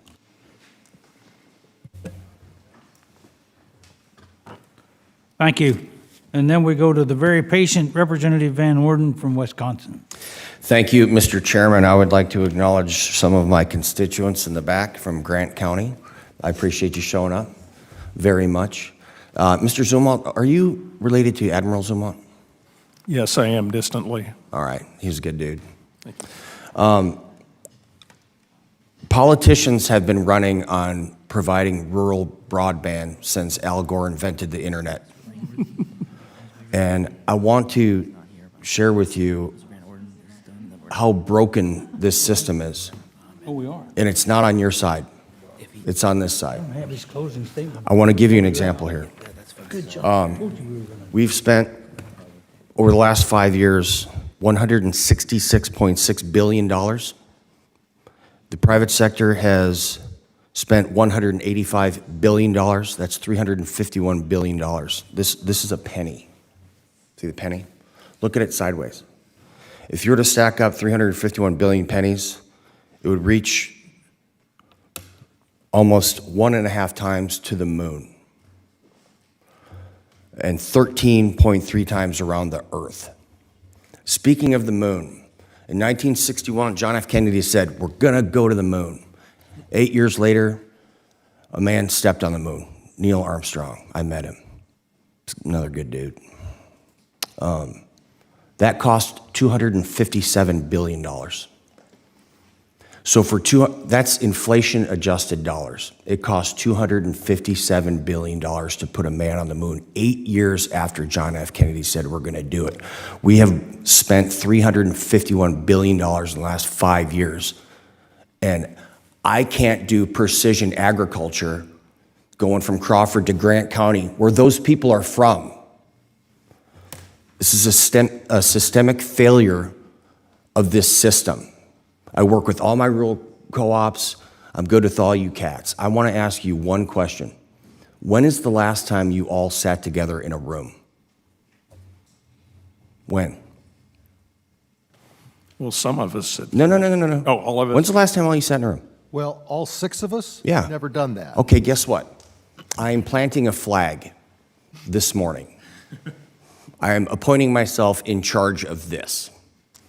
I am formally inviting all of you to sit in my office and talk about things regardless of how you provide services.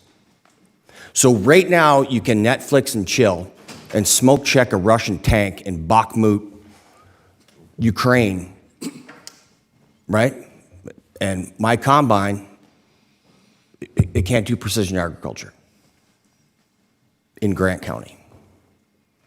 That's wrong, okay? So I am formally inviting all of you to my office. Leave your jerseys at the door, and let's fix this problem. Because it ain't about you, it ain't about me, it's about those people in the back of the room. With that, I yield back. Thank you. The gentleman yields back. Next, we go to Mr. Langworthy. You have 5 minutes. Thank you, Mr. Chairman, Mr. Ranking Member. Whether it's managing a vineyard, operating a dairy, broadband access plays a crucial role in supporting our farming operations and initiatives.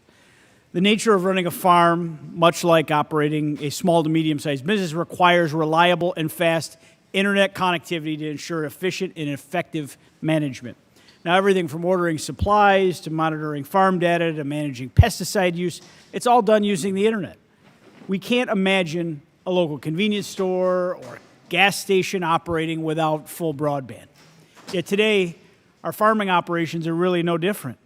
Like too many parts of our country, only 75% of my district is considered to be, quote, served by fast, reliable broadband.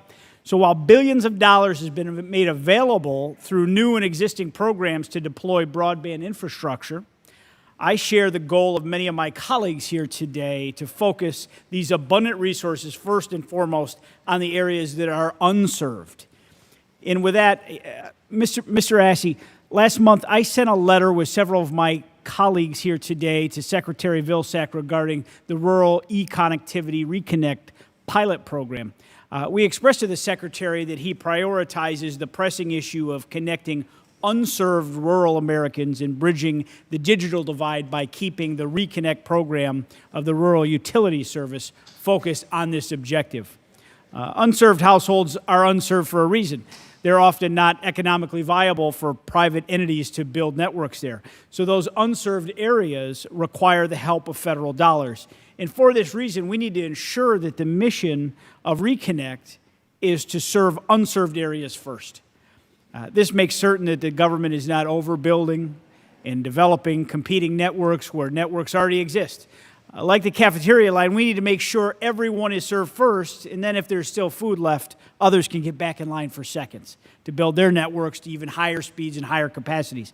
I'm a little concerned with how new or additional funding for Reconnect and other programs will be adequately and appropriately targeted towards areas that are genuinely unserved. So can you talk a little bit about the importance of prioritizing unserved versus underserved areas? Sure.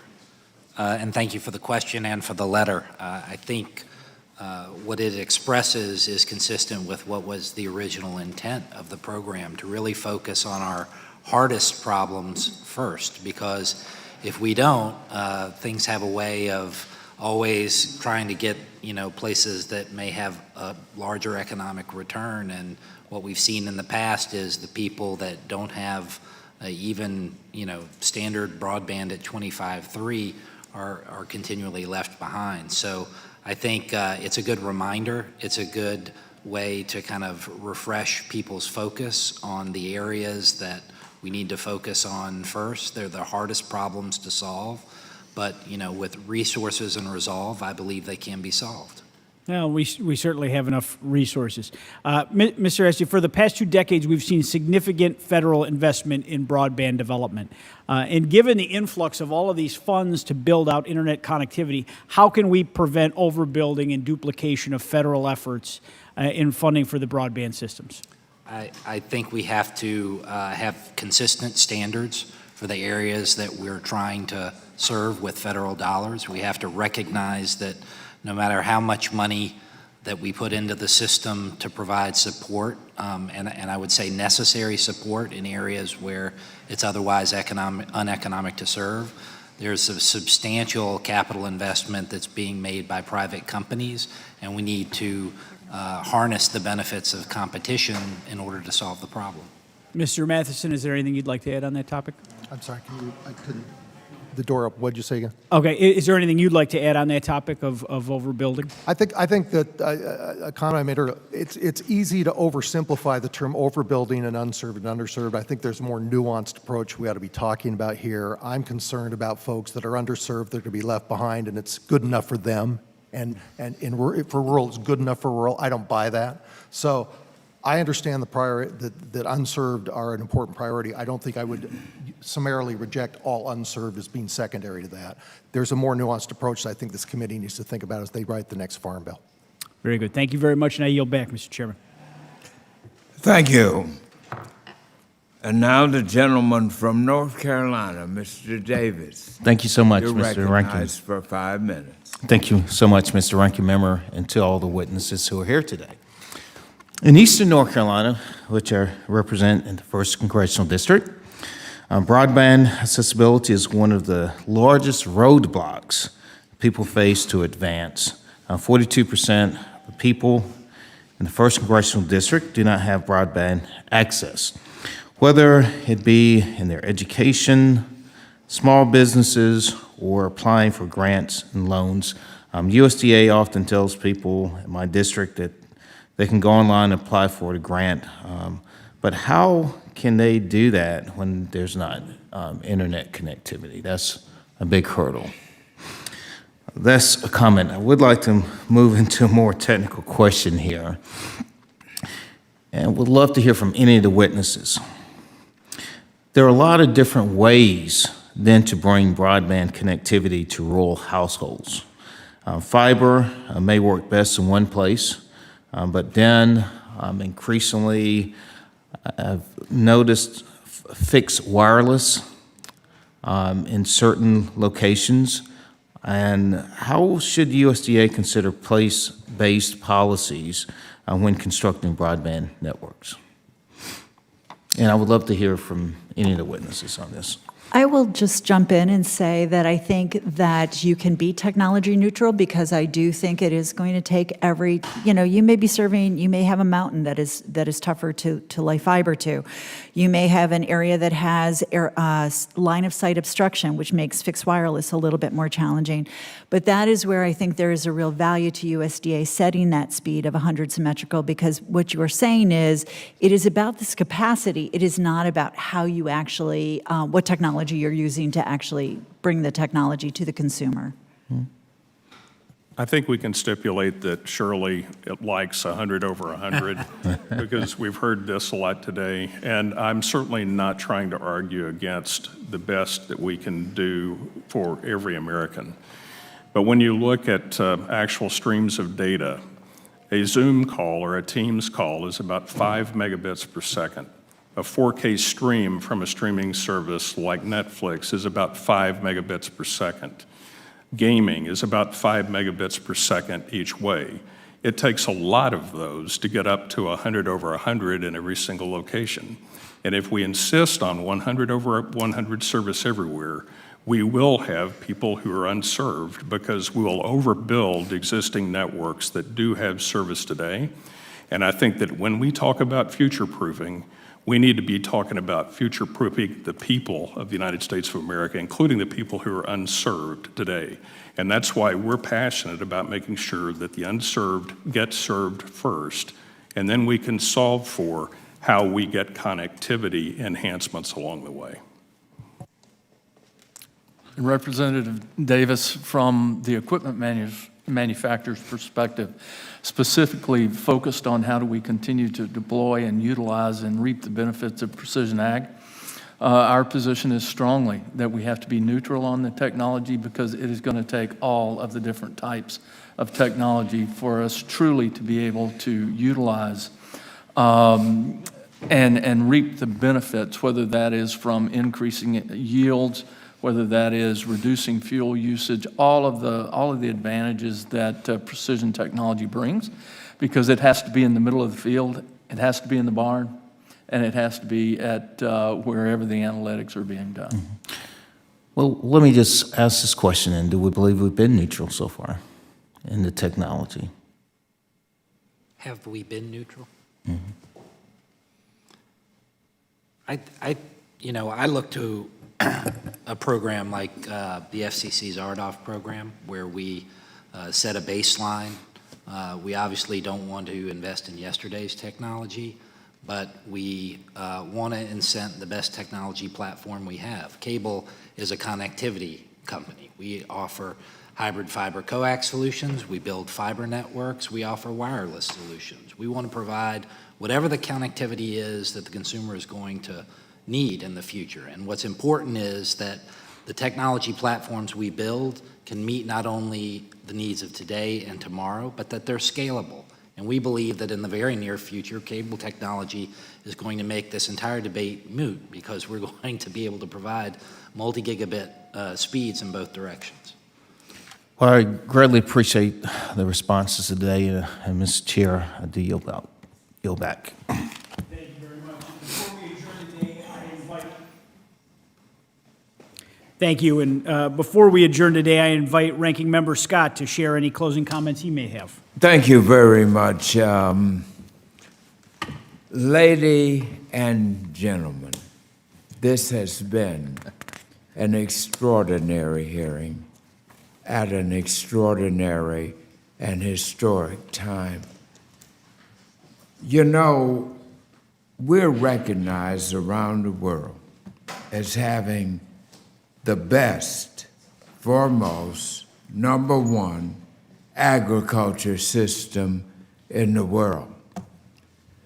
But a lot of that is at stake if we don't connect with ourselves and the rest of the world where we produce our food supply.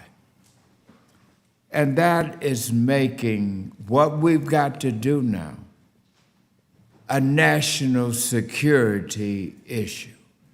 No more pussyfooting around. It's got to end. Your testimony here today has opened our eyes up on this committee to much of what we were only dimly aware. And thank you for this. But don't stop here.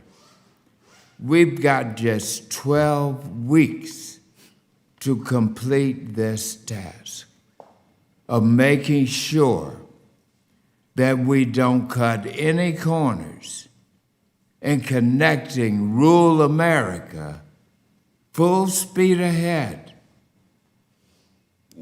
on the same basis that we've connected urban America. That's where our food supply is. And our food supply is becoming more and more an issue. Precision agriculture, all of the technological benefits that we need to make sure is in our communities where we produce our food. there are worlds and nations who are envious of us.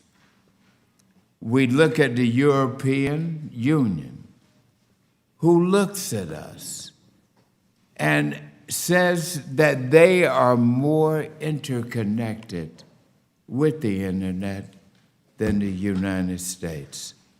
We got to put that to an end.